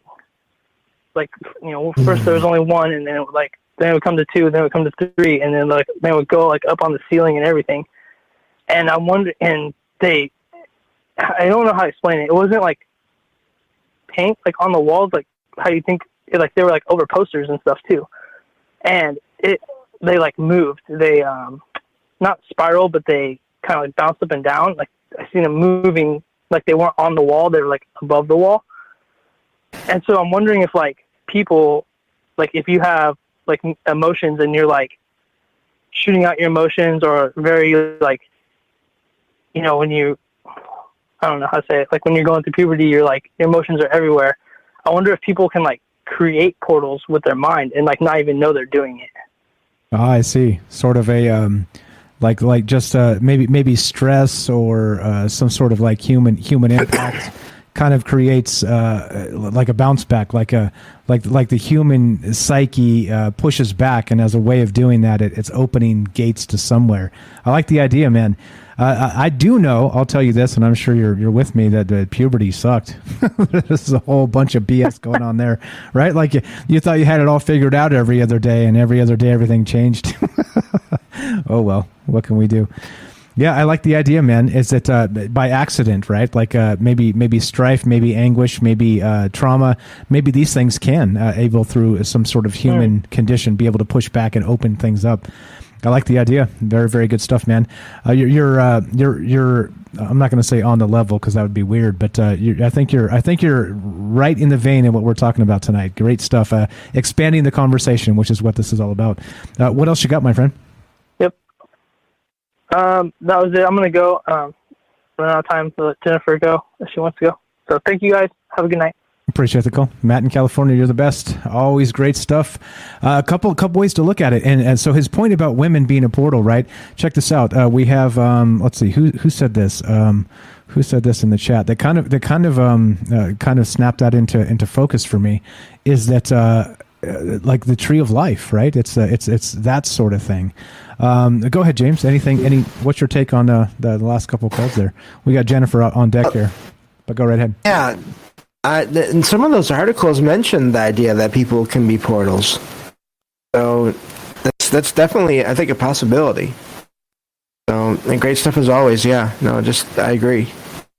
Yeah, we are blessed that we've accumulated a fantastic group of folks that has an open mind and be able to kind of look at these things from different angles. So great stuff. Thank you for all the great calls. What's up, Penny? I see you in the chat. All right, let's go to Jennifer. Jennifer in Missouri. Welcome to the show. How you doing tonight?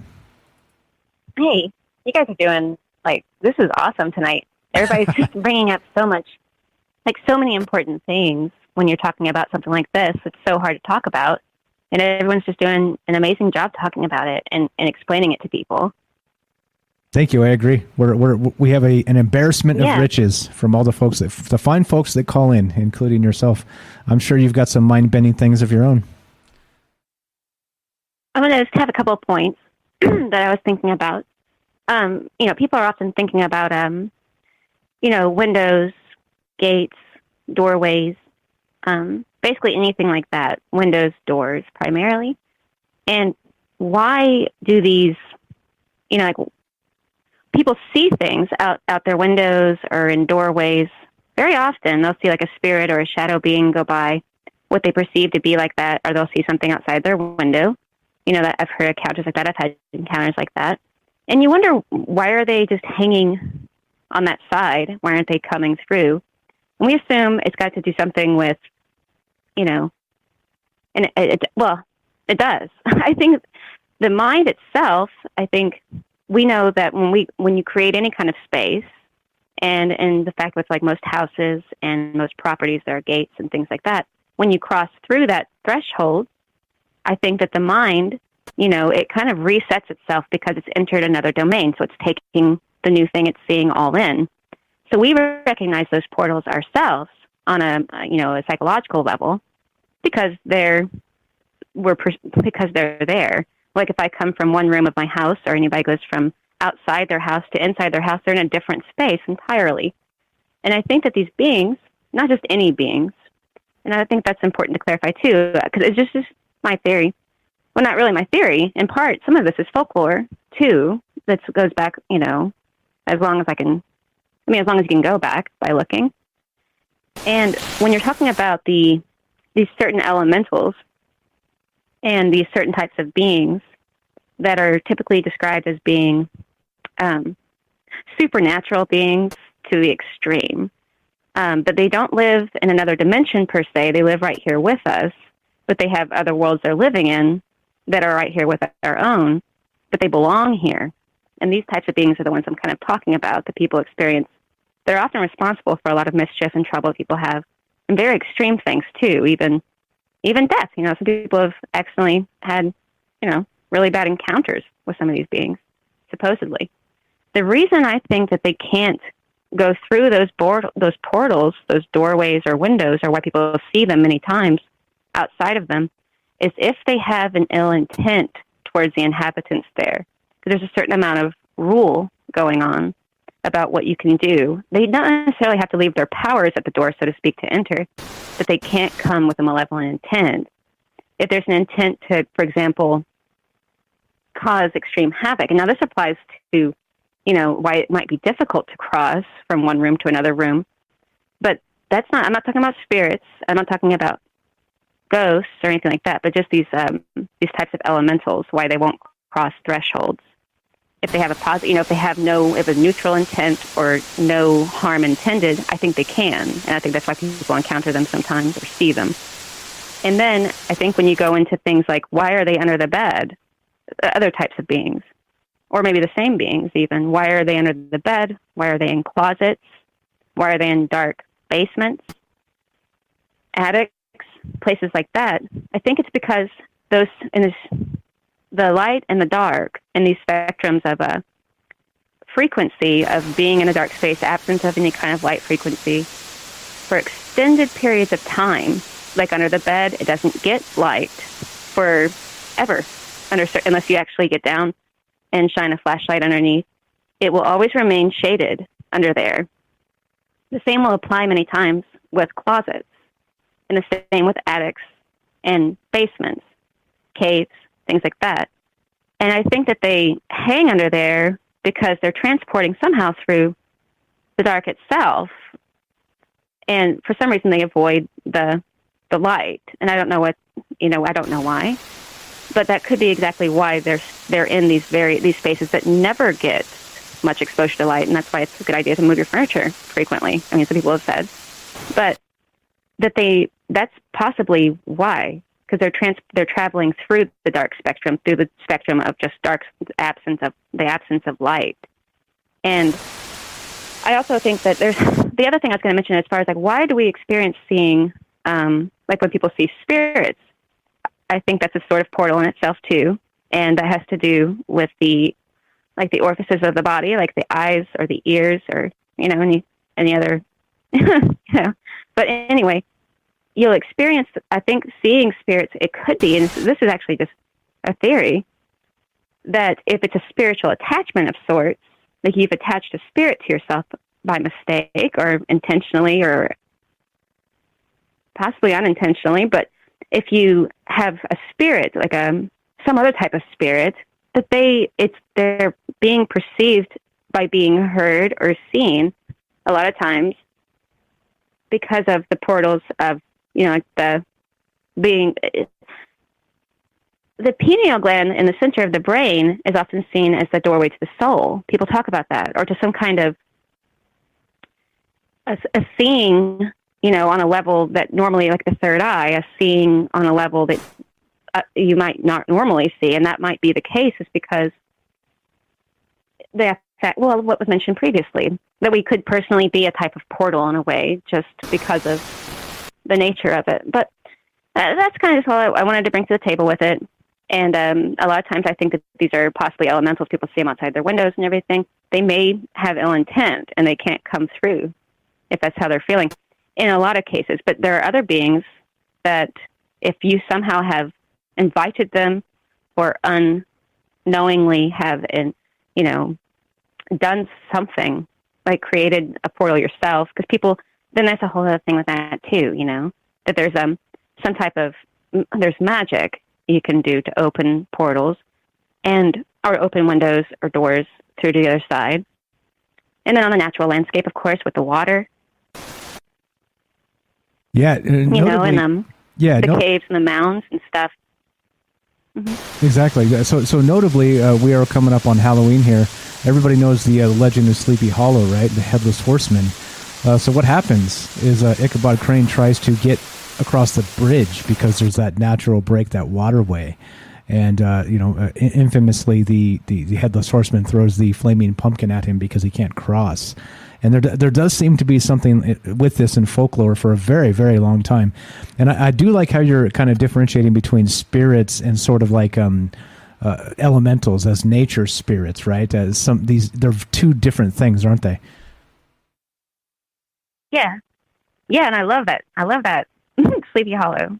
The movies, the books, all of it. It's a great story. Headless Horseman. Totally Halloween. With the pumpkin and whatnot. Yeah, totally. Or I guess his head in one instance. I don't know. It was in his head? Nice. Even better. Great stuff. Even better. All right, cool. Anything else? Great show tonight. Thank you.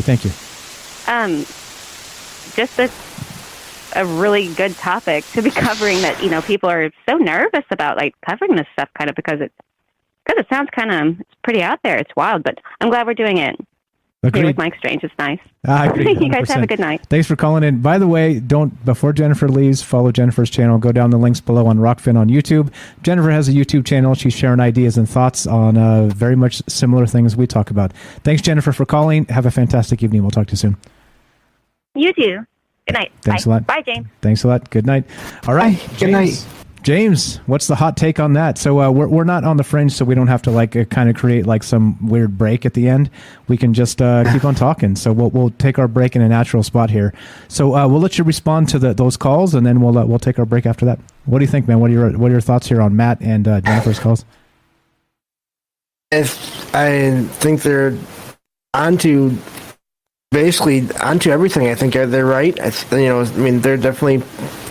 Seems like they're right and seems possible, and I don't know. My mind is kind of just reeling again, but I love this. Definitely, portals I think can be for a number of different things. I wonder too if JR mentioned that there are different kinds of portals. I wonder if different kinds of portals are specifically for different kinds of beings. Some cases. Yeah, kind of like that, just like Jennifer was describing, right? That differentiation somehow between like the spirit world and like the elemental world. Like there's definitely two different things there. Yeah. So maybe actual spirits are using a port, like again, different types of portals. Who knows? As Jared was saying there too, like there are different types of portals. Sometimes that people have, like he described those the older women that just kind of went outside and were laughing and making jokes the whole time, and then suddenly they were young, right? They were right. They changed. So what was it? What's going on with that? Is that like a sort of the Jedi mind trick, or is there like a portal thing that they crossed through? Who knows, man? Like the pretty weird stuff here, right? Yeah. I also think I mentioned this during the last break. I think there can be certain man-made devices can also be portals at times. We can get into that in the next section, but I think that's a thing that can happen. I think I've had experiences of that here in my own home, so I'd definitely like to get into that maybe next. Yeah, cool. Okay, cool. So let's say hi to the chat, and then we'll take a quick break here. Any chat you picked out that maybe you want to talk about? I'll go to Rockfin and say hi over there, and give you the first crack at this if you've been reading it. I've been looking here and there, nothing really that I remember, but just it's all great. It's all. I do remember. There was one thing. Of course, it was from Night Stalker. He said humans are a portal between the imagination realm and the physical world, and ideas have to go through us. I think that's a really interesting idea. I like that. Yeah, for sure. Tam's got a question, Tam Bam, in over on Rockfin. She says, Ouija boards, portal, or conduit? What's your take on that? As usual, I don't know for sure. I think it could probably be both, depending on the situation, depending on the way someone is using it, depending on their intent, or I think it could be either one. Okay, I'm with you there because, actually, Tam adds to that. Tam Bam says, but if you let go of the Ouija board before you're supposed to say goodbye, then the spirit comes through. So there's that whole process where you're supposed to close it off, right? You're supposed to kind of shut that doorway. So I wonder if that is right. Maybe it could be both. Interesting. I dig it. All right, so lots of good chat here. Let's say hi to the folks that I didn't get a chance to say hello to. What's up, Penny? Thanks for showing up. Everybody follow the Curious Bunny on YouTube. Who else is here? LNFF, what's up? Says, what's the Discord link? I'll join. Discord link, just go to troubledminds.org. We have it all. There's a link right on top. I'll get you a link as well. I'll tap it in. What's up, Show Me Sasquatch? I see you there. Who else is here? Thank you for the great call, Jennifer. Let's see. Who else did I miss? What's up? Austin's here. Austin's in the Discord chat. How you doing, buddy? Who else is here? Eli says both conduit and portal. There it is, right? Both. Let's see. Obi says, yep, both. Let's see. Matt says, thoughts are just energy before they come out of our minds. Oh. I like that too. Oh, good stuff. What's up, Dacone710? Where's my penny? What's up? Okay, let's see. Bailey says, I just realized. Does that mean you're going to stream here? Yeah, talking about the Penny show. Okay, so let's, what else? Anything to add to that before we take a quick break? Lots of good chat, lots of good thoughts here. I know, just like you said, it's been great calls so far too. Always exactly right. That's what this show's about. Like I said, I say it only 1/3 joking or 2/3 joking. I'm sorry. Is that you guys call and save my ass every night, right? Like I could yammer on about what Michael Strange thinks, but you see how rich the conversation becomes when we add James, when we add Derek, we add JR, we add all the people, right? You add all the people. You add Matt, you add Jennifer, you add all the folks who called into it, right? Yeah, and we end up with a much more rich conversation, and that's what this is about. It's about respecting people. It's about sharing ideas, and it's about talking about things that you're not allowed to talk about. And by the way, because of that, it puts us way the hell ahead of everybody. Where the hell do you get conversations like this, by the way? James, any idea? You listen to a shit ton of podcasts. I try to. I don't get enough. But any other conversations comparable? There's really nothing like this. There really is not much like this that I've ever found. There it is. Not Freeman, maybe? Freeman? Not really. I don't know. I don't know. It's just as far as I've heard, nothing where the guests can talk for as long as we can talk here. Yeah. Actually, I mean, yeah. Yeah, agreed. All right, so here's what we're going to do. We're going to take a quick break, so let's do what we do normally top of the hour here. So like I said, we're not on Fringe, so we're not like super stuck on a radio schedule. So what we're going to do is we're going to take a quick 2-minute break, and we're still taking your calls. We're talking about portals tonight, not just regular sort of thresholds, doorways, those types of portals, maybe windows. We can add mirrors into the mix if you want to do that. Talking about rivers and conjunctions and ley lines and all the rest of this. And of course, well, having a lot of fun. It is the month of October, halfway to Halloween almost, so we're doing our thing, hanging out, talking about amazing stuff. So if you want to be part of the show, we're still taking your calls at 702-957-1037. That's 702-957-1037. 2-minute break, more Troubled Minds on the way. I'm Michael Strange. We're here with our good friend James from Salsido Paranormal, and more portals and you coming up. Don't go anywhere.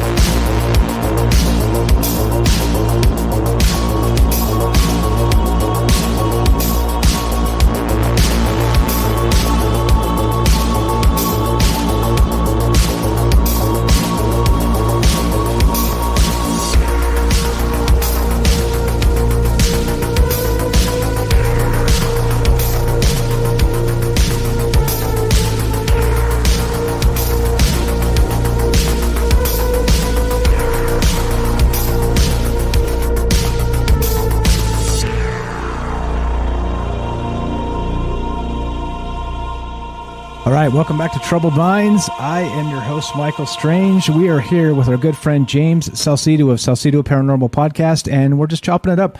We're into the third hour now, and we're still taking your phone calls as we talk about portals. We're talking about conduits. We're talking about maybe conjunctions in rivers and these sorts of things, ley lines. How does all this work? We're looking for theories. We're looking for your ideas, and we're looking for a good conversation, as usual, right? Looking for just some ideas. We got some lots of fantastic calls already, but we have time for you. If you want to be part of the show, one more time, give us a call at 702-957-1037.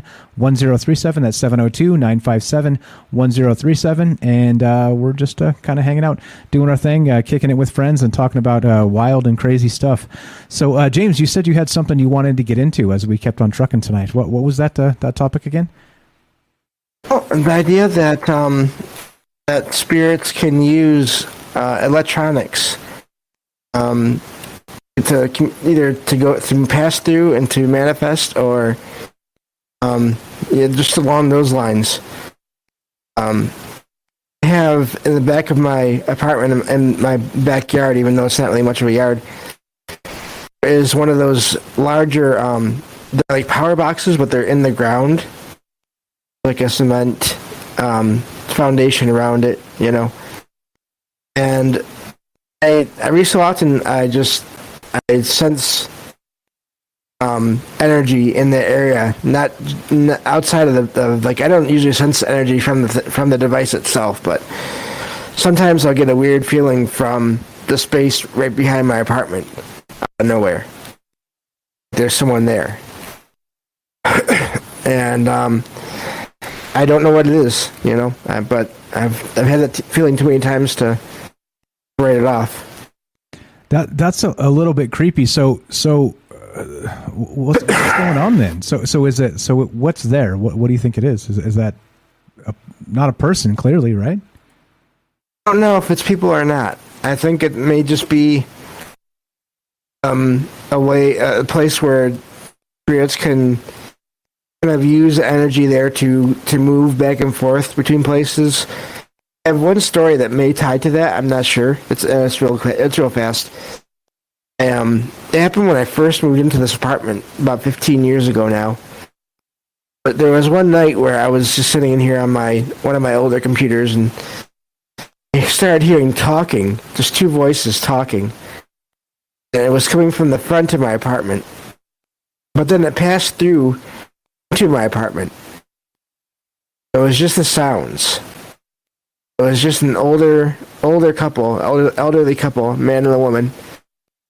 And I don't remember what they were saying now, but it was like they were just having a pleasant conversation as they were walking or moving through the area.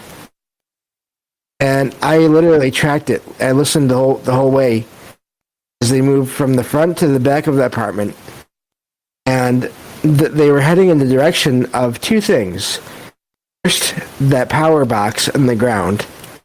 Second, after that, beyond my place is basically a nursing home.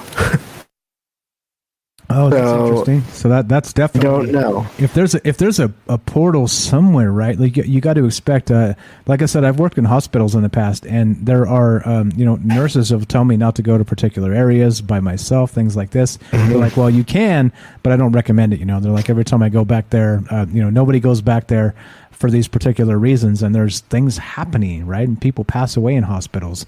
And the same thing with nursing homes. It's definitely one of those spots where you have that one of those I guess it wouldn't be a natural threshold. It would be sort of like a man-made threshold. Like the building's there, that's where the people are. A lot of people pass away in that particular area. Interesting. And so we're talking about maybe there's a connection with the electrical grid of sorts. Maybe there's some kind of connection between the two, right? Is that what you're saying here?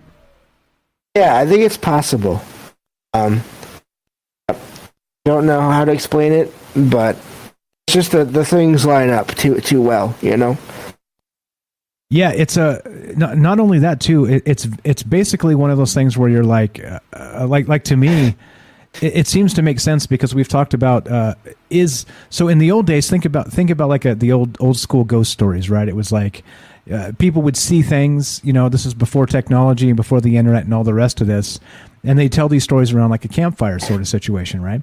And so, as we've described, it's like, let's say you saw a particular, I don't know, like a nature spirit, an elemental, or you saw maybe a trickster spirit, or who knows, again, like it's sloppy the way people sort of quantify these things. But let's just say you saw something. And then you pass on that idea through word of mouth, through the oral tradition, and these things kind of go through generations. And we've talked about them in the past as such as instead of like kind of passing them on through that oral tradition, you're actually passing on and giving more life to the spirit or whatever it happens to be, right? And so as a result of that, it meaning in the old days that's how it was done, but now. Is it possible, like you're describing, for maybe electronics and to be haunted themselves, right? Because they have that actual like electronic connection between, you could travel electronically across the world in a snap. We're doing it right now, broadcasting all around the damn world right now, electronically in a snap. And so the question is, which turns into a whole nother show, by the way, which we've done in the past. Maybe we'll add that to the mix this month. But can the internet and electronic devices through that electrical grid, the worldwide electrical grid, be haunted in some way? That's a hell of a question, isn't it? Yep. I think it's possible. Yeah. And so something going on with that. So what? Anything else with that happening behind your place? Anything else you can describe to us that maybe makes you think it's not just people? Nothing really. The only other thing that happened wasn't outside, but it was through my electronics. And I'm not sure if I've told that on the show or not before. Maybe it wasn't the after show. But there was this one night where I was here at home. I was awake, and I started getting this feeling like I needed to shut down my computer and my internet. And basically unplug them. At least the internet, I needed to unplug it so that it would not be on. And it was just it was a bad feeling, like something bad was going to be coming. It was on its way, and if I didn't unplug the router, it was going to basically end up here. Oh shit! And kept on getting these feelings. The first one time, I just thought I must be. I have to. People that don't know, I am a sci-fi writer. I've written fiction now for years, and I mean, I could maybe write off one time as just my imagination, firing off for whatever reason. I kept on coming back until eventually I said, "Okay, I'm just gonna do it." I unplugged everything. And all this time, the sense of something coming was just getting stronger and stronger. I unplugged the internet, and I just basically I wasn't online the rest of that night.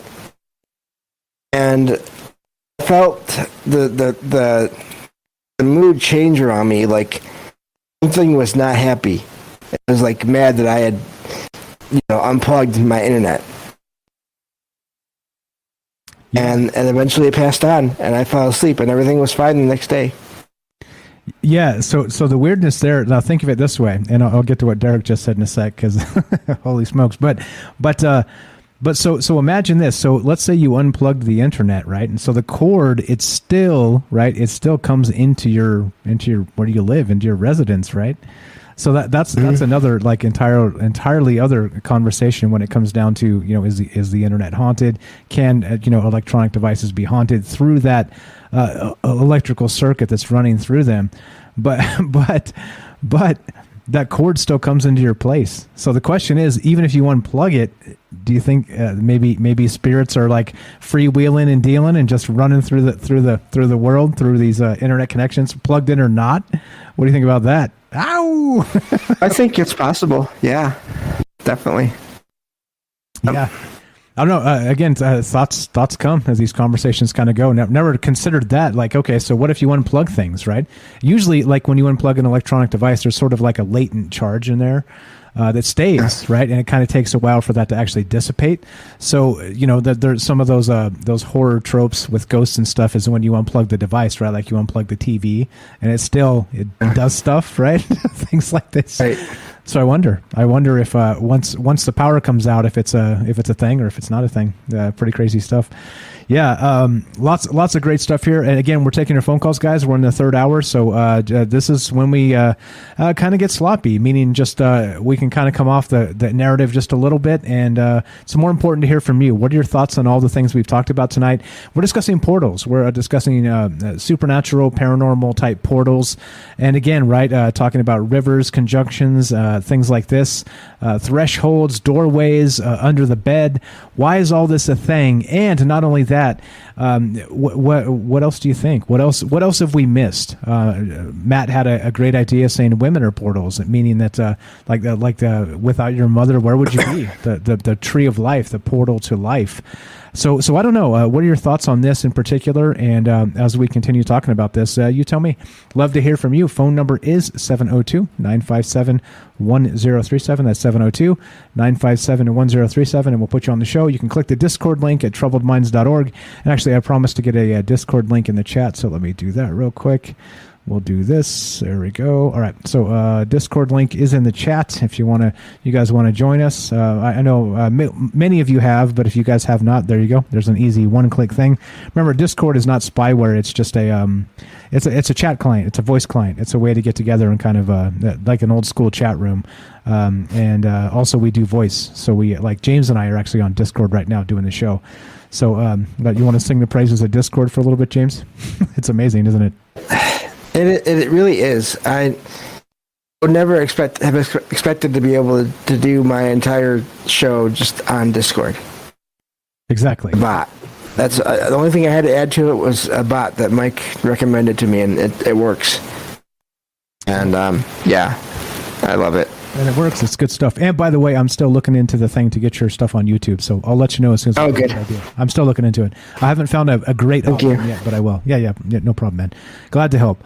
Okay, so that's what we're doing tonight. Taking your phone calls. If you guys want to be part of the show, 702-957-1037, troubledminds.org. Click the Discord link. I just put it in the chat as well. And I don't know. I think there's a lot here. There's a lot to talk about. Now, let's do ley lines, actually. So actually, I actually promised, let's do this first. I promised this. Now, there's a scientific... NASA has actually described portals as being a scientific thing. So I'm going to link this in the chat, read just a little bit about this, and this is wild. This is one of those ones where you're like, okay, so portals in particular, like the more you kind of stretch it and say supernatural stuff, this, that, the other thing, you could smack your forehead and go, come on, Michael Strange, like how the hell did we get here, right? It's like, fine, sure. Like, as always, I don't know the answers to these things, okay? We're discussing the possibilities and, like I always say, drinking a bunch of the maybe juice, considering if this is real or not, and I leave it up to you. You make up your own mind. But check this out as just an example of why this stuff isn't like super just woo-woo garbage. Look at this. This is from, yep, you guessed it, nasa.gov. Not that they really, legitimize anything, if we're being honest, but this is an article called, right? Right? It also stands for never a straight answer, by the way. But anyway, so this is science. This is from July 2nd, 2012. Hidden portals in Earth's magnetic field. All right, now check this out. This is wild. Let's read just a little bit of this. A favorite theme of science fiction is the portal, an extraordinary opening in space or time that connects travelers to distant realms. A good portal is a shortcut, a guide, a door into the unknown. If only they actually existed. Now this continues. It turns out they do, sort of. And a NASA-funded research at the University of Iowa has figured out how to find them. Quote, we call them X-points, or electron diffusion regions, explains plasma physicist Jack Scudder of the University of Iowa. Continue, quote, they're places where the magnetic field of Earth connects to the magnetic field of the sun, creating an uninterrupted path leading from our own planet to the sun's atmosphere 93 million miles away. Observations by NASA's Themis, THEMIS, spacecraft and Europe's cluster probes suggest that these magnetic portals open and close dozens of times each day. They're typically located a few tens of thousands of kilometers from Earth, where the geomagnetic field meets the onrushing solar wind.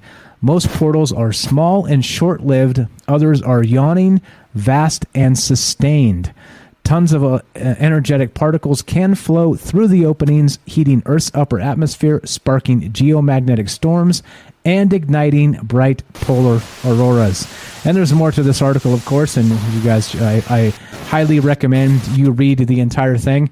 But there's some science behind this. Like we've talked about this, meaning that if you're talking about just geomagnetic, like that whole business with the Earth, look at that. They're saying that there's like literal, like direct portals from the Earth that open and close sporadically, randomly, periodically throughout the day, and also ones that stay wide, huge, sustained, and open all the way directly to the sun.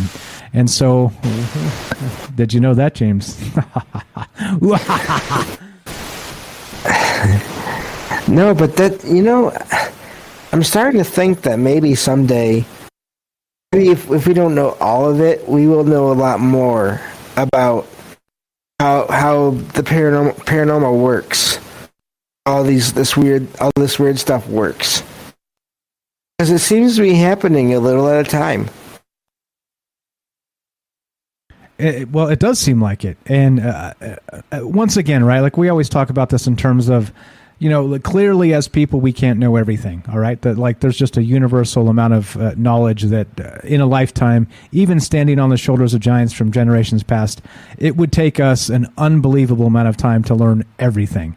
So clearly we're operating on a very limited data set, okay, of just knowledge. Even though, and don't get me wrong, humans have done an amazing amount of things, right? Again, like I say, don't get me wrong in that I'm trying to crap on human ingenuity, the human spirit, any of those things. I think those are monumental, fundamental things that will drive us forward and fix the problems, right? I have faith and hope that this is going to be the case.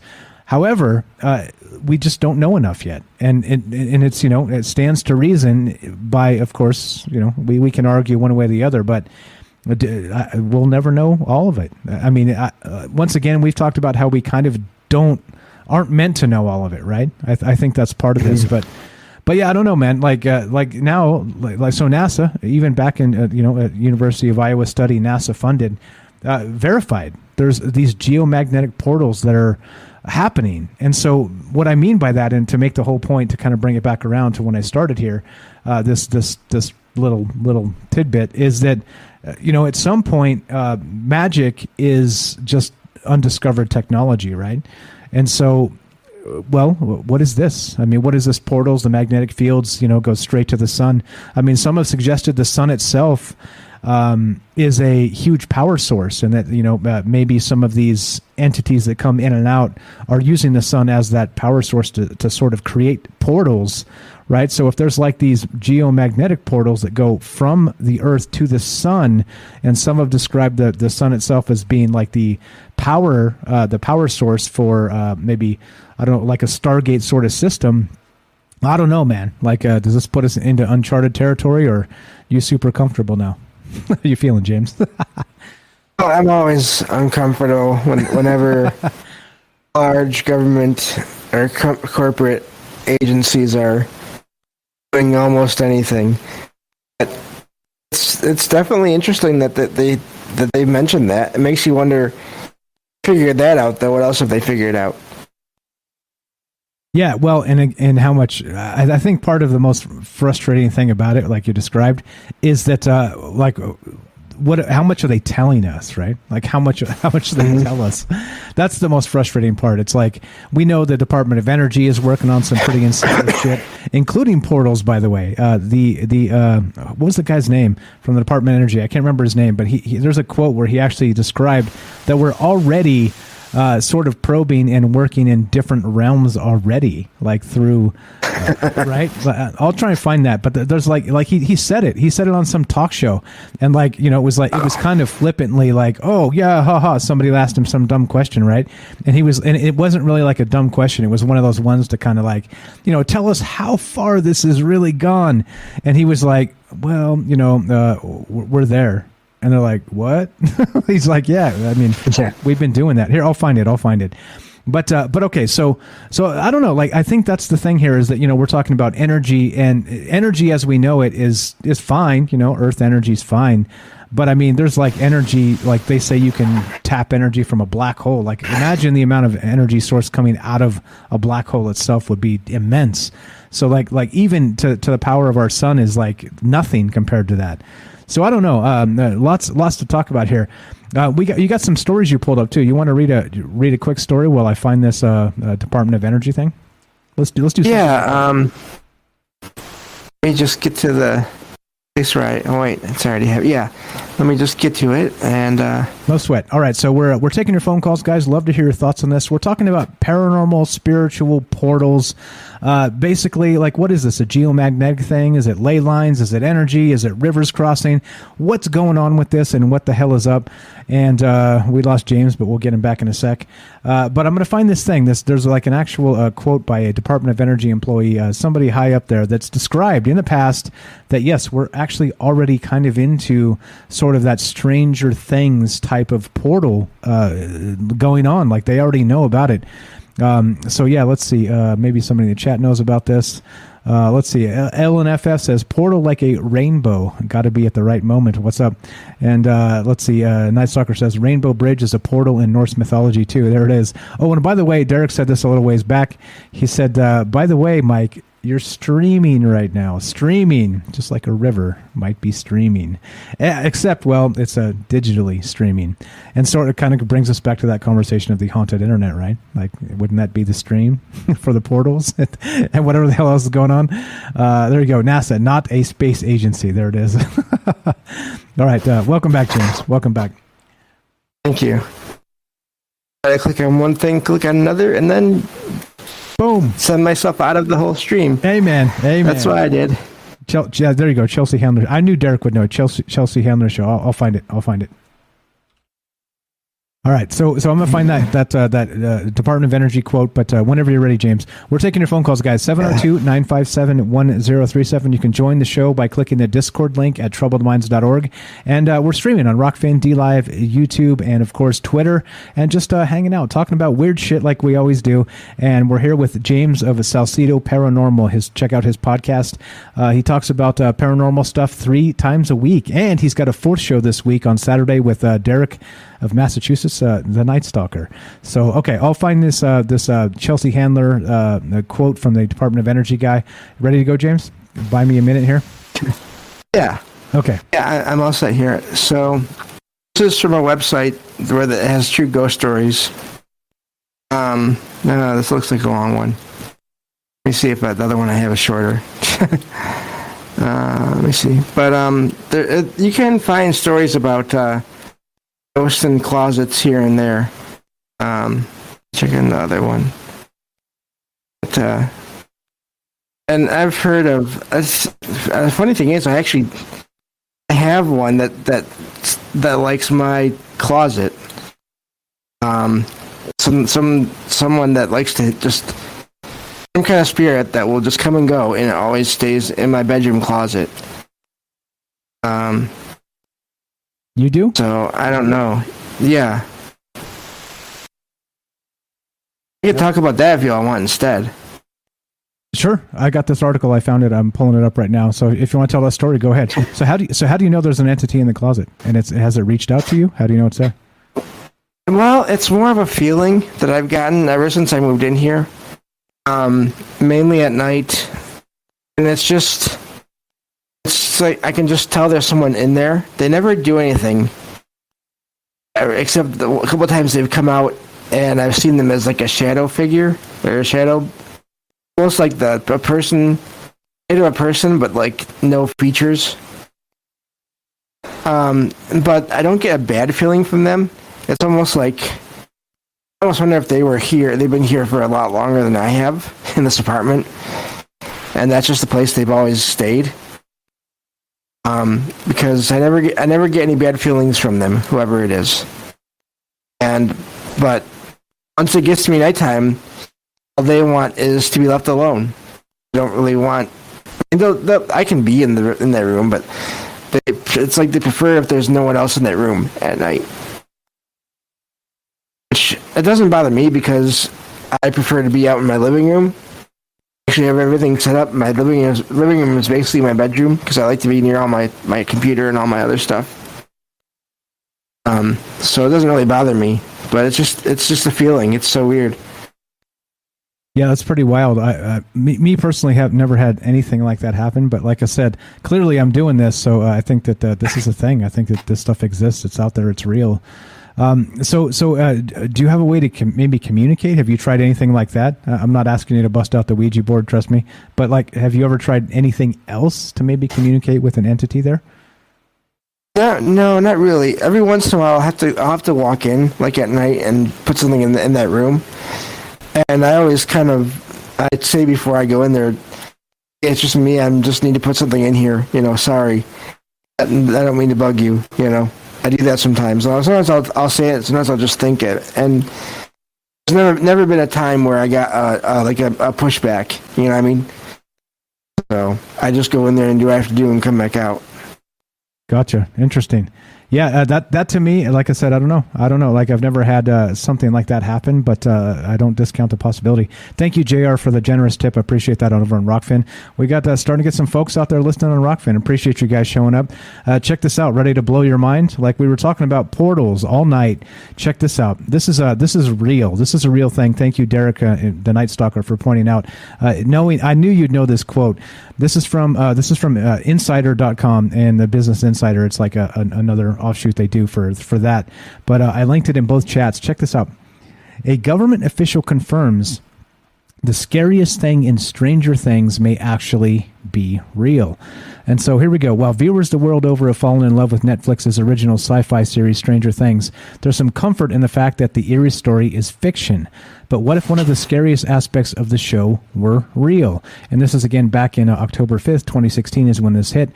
On Wednesday's episode of Chelsea, host Chelsea Handler had United States Secretary of Energy Ernest Moniz, M-O-N-I-Z, on to discuss the very real threat of climate change. But the host also had something else she wanted to ask the high-ranking government official about the streaming giant's hit. Quote, on Stranger Things, they have a Department of Energy, and they spend a lot of time investigating a parallel universe. What can you tell us about that? Handler asked, referring to the upside down that some of the characters occupy in Stranger Things. And if you saw this live, it was sort of like let's ask him this crazy out there question, right, and see what he says. It was kind of like one of those, like wink, wink, let's ask this question. But listen to what this dude says. Again, he's the works for the Department of Energy, and he's the had United States Secretary of Energy the Secretary of Energy. All right, he says this, quote, I can tell you, first of all, that I have never seen it, but I'm aware of it, Moniz said, talking about Stranger Things. He continues, secondly, I believe this fictional DOE laboratory was operating in the 1980s. You can draw any inference you need to from that. Third, I will note that actually we do work in parallel universes. Yeah. Yeah. Wow. Yeah. The Secretary of the Department of Energy. Now look, now this is nuts, right? Like, now was he just straight trolling us?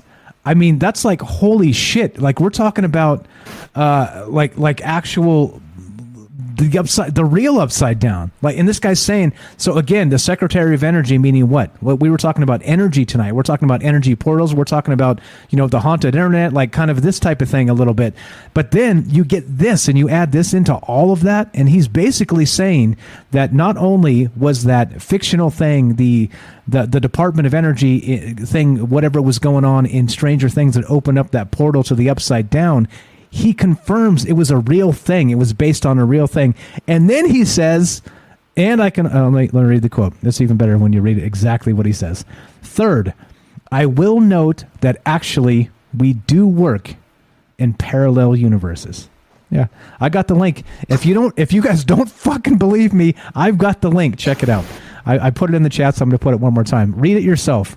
Like I said, if this guy's trolling us, this is a hell of a troll.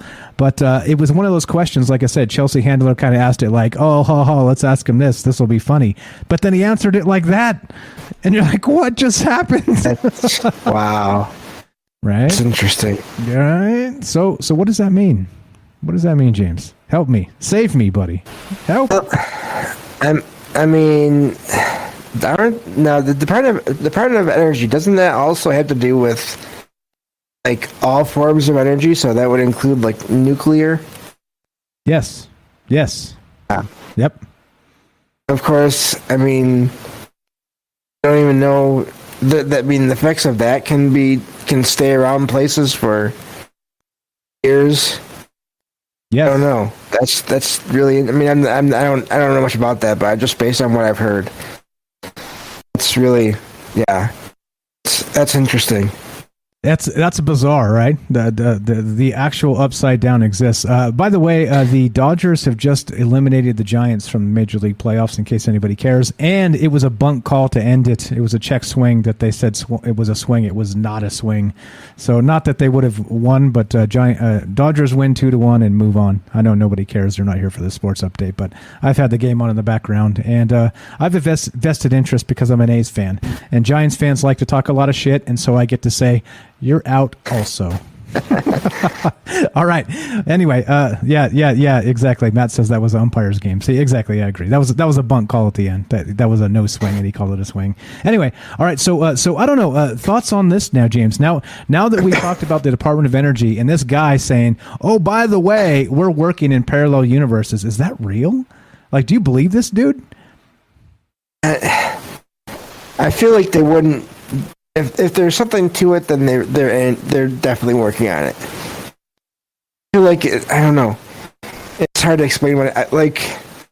If any of this stuff is real at all, even if it's just one small part of a department, I'm sure they'd be working on it because it's part of any government. They're gonna try to take advantage. Well, take advantage. I don't know if that's the right word.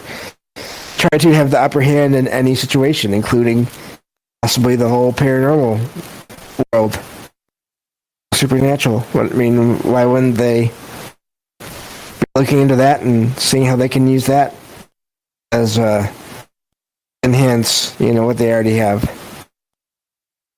100%. And again, this is like, so if this is a guy from the Department of Energy actually describing this as happening, what do you think DARPA's been doing? I mean, we know that the CIA's kind of been into remote viewing and all kinds of just ridiculous shit, right? Like literally, like what the hell is going on with this government stuff? Again, Project Stargate, check it out. Just type it in your favorite search engine, Project Stargate, and it's a thing. It's a real thing. Where they had a remote viewing program with Joe McMoneagle and what's his name? It'll come to me. Two of the most notable remote viewers in history because they worked directly with the government. Ingo Swann and Joe McMoneagle are the two guys' names that worked with the government there. So, and again, like I said, the only reason I know all of this stuff, like it seems like I know a lot of shit. I don't. It's just because I've spent years talking about these things and learning the names and why I know this particular quote about the Department of Energy guy. I wish I thought of it beforehand. We could have worked it in, as part of the show. But hey, we worked it in anyway, didn't we? Yeah, and I that's a perfect example of the government doing that, and then working that in. But then also another thing that they're good at doing is starting something and then. Once it gets to be known, they shut it down. Once, too many people learn of it, they shut it down. So I'm sure that's not the last program like that they've done. I'm sure they have current programs somewhere. Exactly. Next time, actually, wait. There's an actual there's a YouTube clip here we could play of this, of him actually describing this. We'll do that after. Let's go to. We got a phone call here. Great stuff as always, James. Let's go to Tambam. We got a caller here in the Discord. We're looking to hear from you guys. What do you think about this? We're talking about portals, supernatural portals, and we've kind of gotten into maybe energy portals, which kind of turns it into an entirely other question. Is the internet haunted? Are there like sort of energy conduits that we've been able to create with our energy here on Earth? And again, that NASA study that says there are actual portals through the geomagnetic field that go directly to the sun, and they open and close, and there's some that are small, some that are large and stay open constantly. All kinds of wacky shit. So looking to hear from you one more time, 702-957-1037. That's a Las Vegas area code. Or you can join the Discord. It's toll free because it's a free client. It's a free thing. And Tambam's in a completely other country, and she's contacting us free right now through Discord because Discord's amazing. Tambam, test 1 2. Welcome to the show. How are you? Hello. Hello. We hear you loud and clear. How are you? What's on your mind tonight, my friend? I'm fine. How are you guys? Doing good. Good. Good to hear from you. I actually just forgot to switch off Rockfin, so I'm just going to go there quickly because I'm hearing a double echo. Okay. Fantastic. Voila. So you were talking about Stranger Things and energy and the Department of Energy, and I didn't catch most of it because I was sending my kid off to school, but I read this. I've been doing a bit of research with regards to sound and the energy and particles and mass, and I came across quite a few interesting things where our science is wrong in a way. Our textbooks are wrong, where they say mass is a bunch of particles together and it creates mass, but it's wrong because a particle, even an atom, if you even go closer into an atom, it's not a mass. It's all of it is energy, and all of it's connected at energy. So nothing's really touching it at all. So it's actually empty space, and with energy, and you can actually control that energy. So it makes sense that all these things can happen with energy manipulation, and it makes sense that the Department of Energy and the government is trying to work with that, because if you can manipulate energy, you can manipulate frequency, and you can manipulate sound, which opens portals, which does all sorts of strange things. Stranger Things, yeah. Even. Stranger Things. Stranger. Yes. There we go. Exactly. Yeah, and you're right. And I think, for military applications, I think that's the craziest part about most of the things we talk about on this show, is that again, very much like I said earlier, humanity is working with such a limited knowledge base on all the things, okay, universally speaking. Mm-hmm. But then also us as just regular people, we're working on like a grotesquely limited knowledge base of what technology actually exists now. Like DARPA is way ahead of us. They say at least 30 years ahead of us in real technology for military applications. So what the hell is going on? So let's say we're close enough to, like the Department of Energy guy here says that they're opening portals. He didn't say that, but he said they are working in parallel universes. Now, again, is he full of shit? Maybe.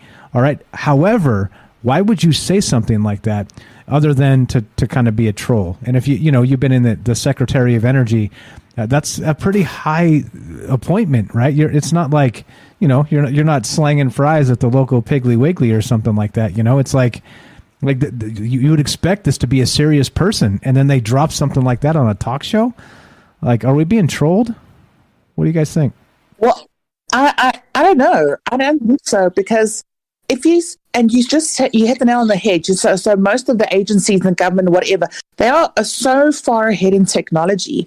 So if he does drop a little bit of a bomb, which is explosive to us, but it's probably something that they've been doing for decades, and they're only releasing it now because they're probably further along in everything else. So like you said, we only give it a limited amount of data, information of ourselves, let alone the rest of the universe and what's really going on. So I think he might be giving us a clue. A clue of what's actually going on out there. And I think the thing too, like, you got to understand, a lot of these people, when you get to that level, they're human. They have egos, right? They want to be like, oh, I've got secrets that you guys don't know, right? So that's why I'm a little more willing to believe they're not just fucking with us, and they're like, you know, they're kind of like, yeah, hey, by the way, we're working in parallel universes. Like, but what the hell does that mean? Like, Stargate is working in parallel universes where they send the team through the you know through the damn. Oh my god! Thoughts, James? I would agree if. As always, if they're saying that much, and I think the fact that they're saying it on a TV show, they probably figure they can say it because most people aren't even going to consider what that could mean. They're just watching popular television. I mean, I wonder how many people actually gave that statement any kind of thought at the time. Yeah, well, I'm gonna look into. Yeah, because Go ahead, they think we're so stupid. They think the majority of us are so stupid, but the truth seekers out there take this as fact. Like, shit, is that what you're working on? If you're telling us that now, how further are you in technology that you're not actually going to tell us, or you're going to tell us in 10 years from now? This shit's getting too real. Yeah. It is. I agree. It is. And yeah, but again, right, and this is, so if this is the Department of Energy, this isn't DARPA at all, right? And so if the Department of Energy is somehow cracked a way to be able to, quote, work in alternate universes, what the fuck is DARPA doing? You know? And then so we're expected to believe that UFOs are from Alpha Centauri or some shit. Like, don't you think we'd be flying those things around ourselves? I don't know. Like, it kind of opens up a whole bunch of other questions here. Yeah, more rabbit holes, right? Always more rabbit holes. By the way, which are of course portals. Because what did Alice in Wonderland jump down? Yeah, that's right. It was a portal, wasn't it? They call it a rabbit hole. She was on DMT. But it was a portal. She was on DMT. Is that what it was? Yeah. Yeah, it could be. It could be. It absolutely could be. But yeah, this is a pretty wild quote. And again, coming from a notable person. So I'll do some research on this guy. I don't know anything about this dude. Like, I've just heard this kind of in passing, this quote in passing on Clyde Lewis and some other shows. But this is something that was said in public on a talk show, that the Department of Energy was just like, oh, by the way, you know, yeah, we're doing that shit, you know, and confirmed that Stranger Things was really based on a real program. So that creeps you out. What are your other thoughts, Tam or James, or go? Do it.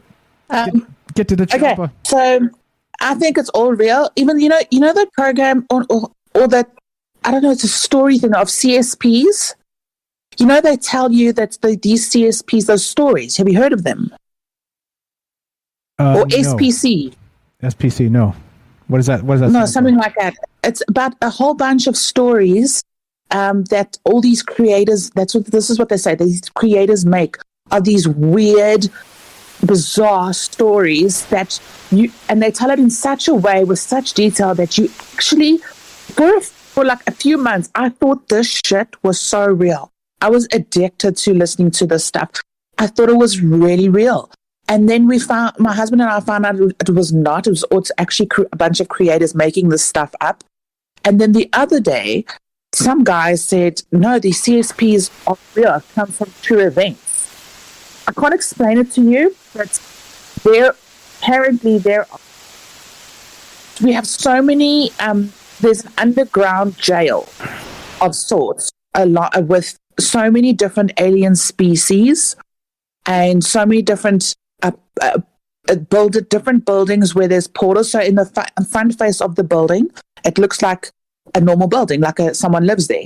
But inside the building, it's actually they've masked it because it's a dangerous place, or a portal, or some place where a scientist's lab where they're creating all these weird things. And everything's hidden in plain sight.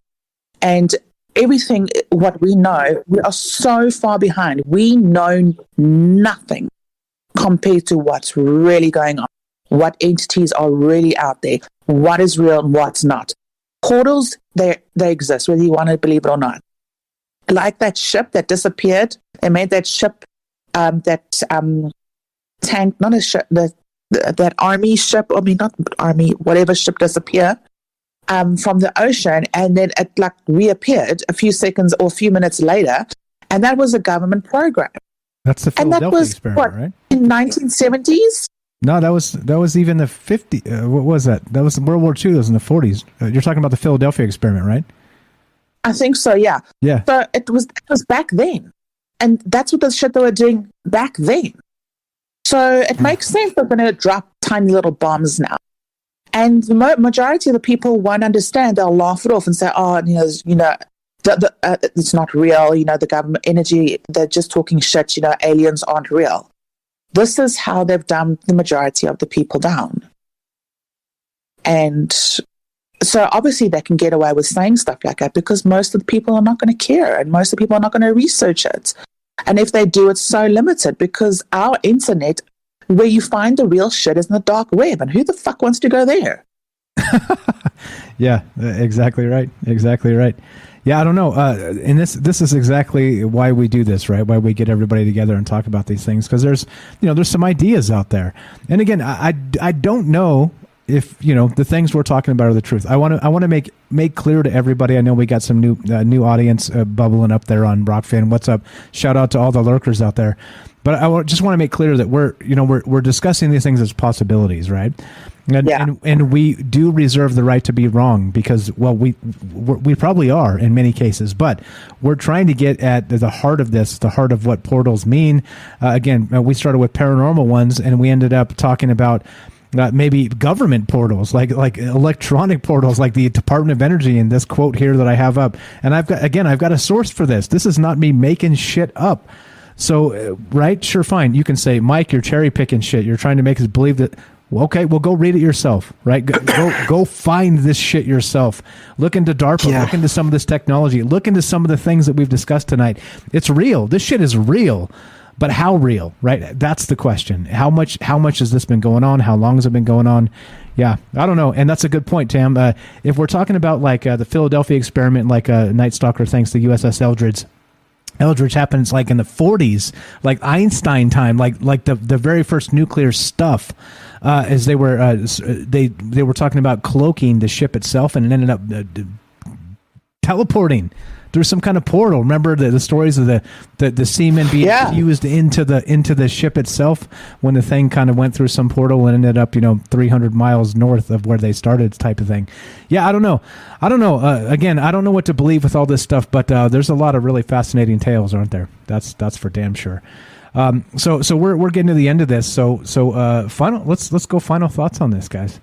Let's go with James. Anything that you want to follow up on anything Tam Bam said, and then we'll go final thoughts on Tam.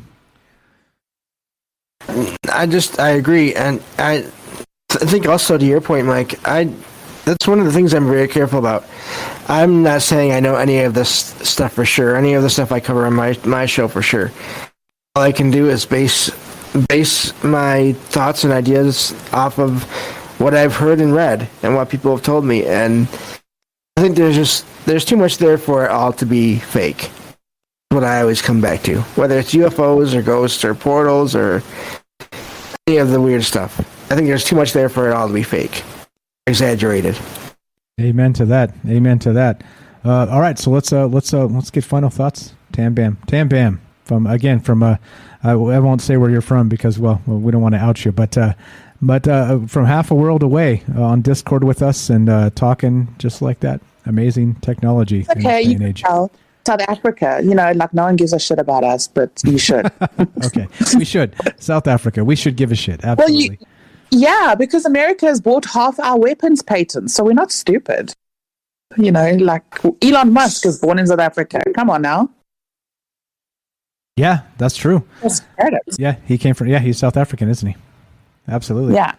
Absolutely. And he's also, by the way, the richest man in the world. The richest man in the world. Yes, that damn stupid idiot. Him and Jeff Bezos have this stupid race of who can be the richest. I mean, come on, man. There's better things you can do with your money. Yeah, for real.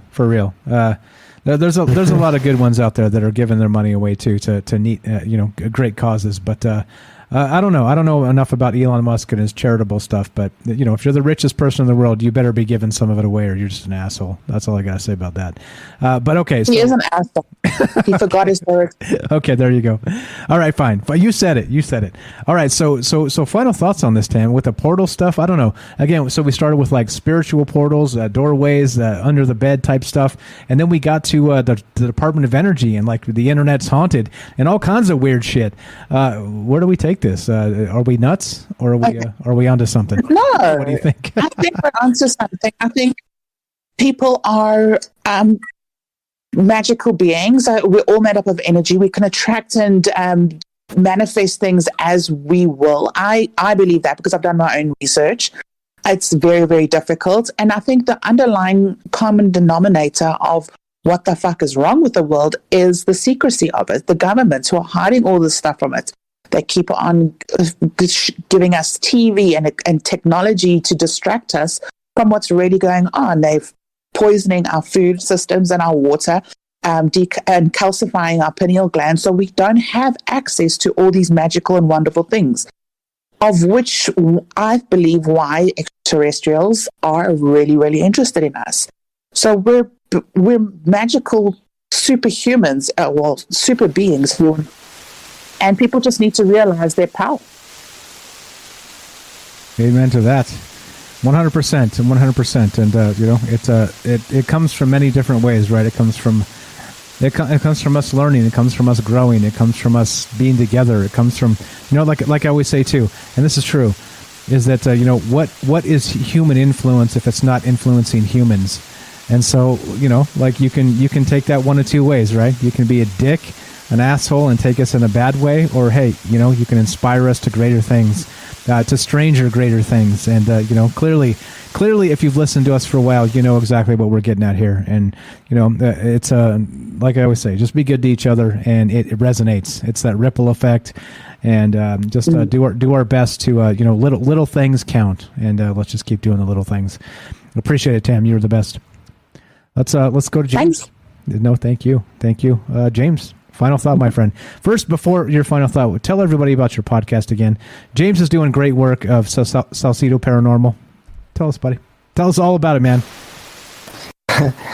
Yeah, I think it's important that everyone that has had experiences has places to share their stories about those experiences, and that's what I want my podcast to do whenever possible.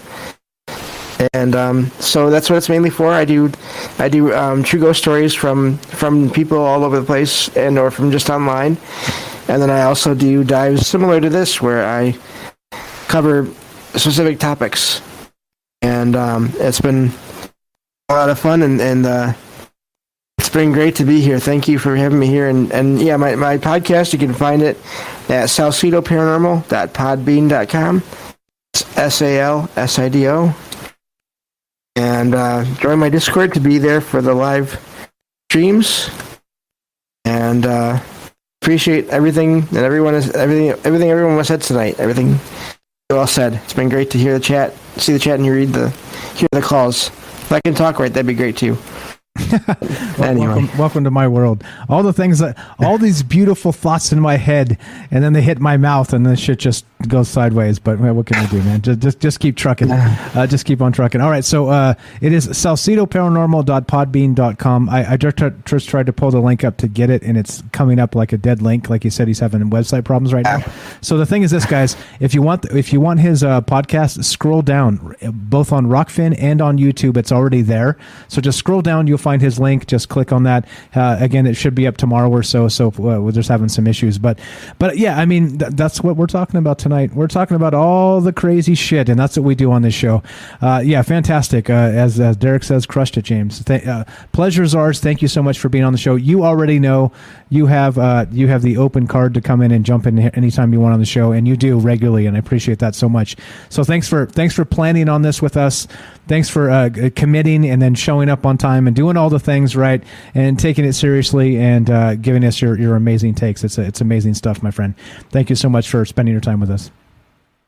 Thank you. Yeah. Pleasure's ours. Pleasure's ours. All right. So as you guys know, again, like I said, we're picking up new audience, new folks on Rockfin and some other places too. So if you don't know, all of you guys are invited on the show. If you have an idea for a show, and we do it's a long 3 hours. It's difficult. It's one of those things where you're like, it's kind of daunting. But I've done it so often that you got me. I got your back. But if you have like an idea for a show, contact me. troubledmindsradio@gmail. You can get me on Discord. Go to troubledminds.org. Click the Discord link. There's so many ways. That phone number 702-957-1037 is persistent. So you could leave me a voicemail. There it is right on the stream. Like all of that stuff. There's so many ways. I'm not hiding. Find me on Twitter at troubledmindsr, just for R's for the radio, because at Troubled Minds is taken, but at Troubled Minds are on Twitter. But I'm not hiding. Like if you guys want to be on the show, I've invited everybody to be on the show, and that's true. Anybody back me up?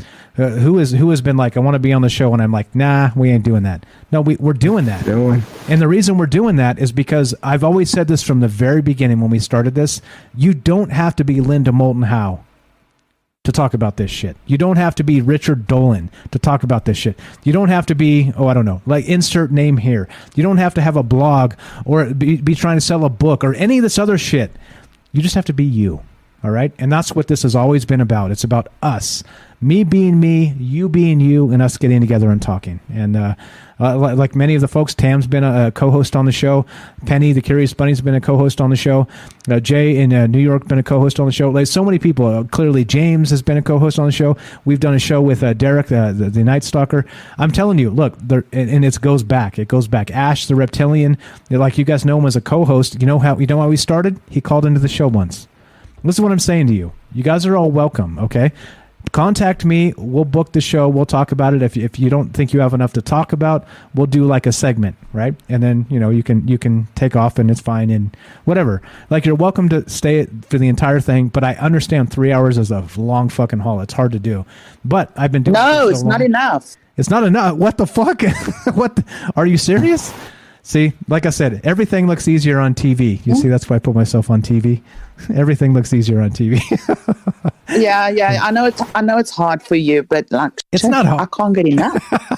It's so hard. I'm just saying. I've had years of practice. That's why it looks easier on TV. That's what I'm saying. So in the old days, it was much more difficult. But now I could probably talk for 3 hours about nothing and maybe get away with it. Maybe. But right when you guys add to the conversation, it makes this embole. Not enough. All right, but we do. I saw 12 hours there somewhere in the chat too. That was about Mike in 12 hours. He does long ones. Who did 12 hours? I never did 12 hours. No, Penny. I think someone wants you to do 12 hours. That's what they're saying. Shit. Oh, shit. All right. Well, okay. So maybe one of these days, like I said, I was even trying to get the folks on Fringe to do like a whole, like, I don't know, 2-week stream, like a concurrent, like break the world record of like the, I don't know, whatever. Nobody listens to me. It doesn't matter. Here's what we're going to do. We're going to keep on trucking and doing our thing and talking about the things we want to talk about. And this is the beauty of it, right? Nobody fucking tells us what to say. Nobody fucking tells us what to think. We do it ourselves. We're individuals. We're not part of some crappy hive mind that's going to tell us whatever kind of political ideology we should be believing in. We get to decide for ourselves. And that's what this show is about. One more time, we're getting the fuck out of here. We're with Tam Bam from South Africa. James of Salsido Paranormal. Please follow his podcast. He does streams three times a week. Go join his Discord and say hi. Can you drop the Discord one more time, James, as we finish the sucker up in the chat? And I'll bump it over to Rockfin for you as well. Thank you. Yep. Grabbing that link. Thank you. Here we go. All right. So please follow James Salsido. He's got the... There's his Discord link as well. You can find ours at troubledminds.org. Follow that. Let's do it. Let's get the hell out of here. So it's Thursday night, so we go Monday, Tuesday, Wednesday, Thursday. So tonight is the last show of the week for Troubled Minds, but tomorrow we do a news show on Monday and Friday at 3 p.m. Pacific, exclusively on Twitch. All right? You know how you find our Twitch account? Yeah, that's right. You go to troubledminds.org. Everything is there, troubledminds.org. And you guessed it, it's called Troubled Minds Radio on Twitch. But anyway, so we do a news show. We'll do that tomorrow at 3 p.m. Pacific, and we'll see you there. And we'll be back on Monday. So let's finish this effort up. I've said too many F words in the last 20 minutes. All right, let's do it. Let's do it, guys. Outro music is rolling. Final thoughts. This is where we get weird. This is where we get crazy. Let it rip, Tam. Let it rip, James. I have some news. I'm going to send a link soon. I'm working with L'Oreal on a campaign. Sweet. Congratulations. Congratulations. Send us the links. We'd love to support you. Thank you. Thank you for that. Congratulations to you.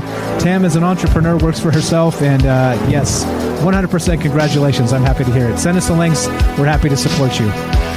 James. Thank you. No, thank you. It's great news, and thank you all as always. I love being here, and can't wait to be here for more shows and call in for more shows and hear you all as well.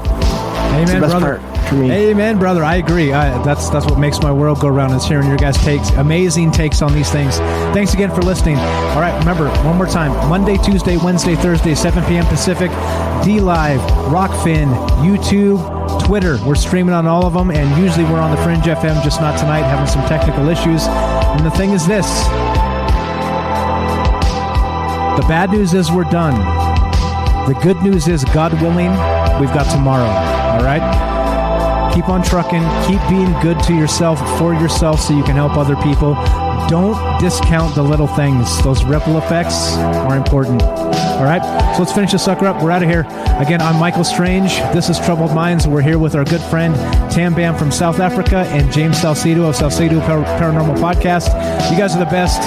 Thanks for hanging out. As we finish, I'll say it one time tonight. Be sure, be strong, be true. Thank you for listening. From our troubled minds to yours, have a great night.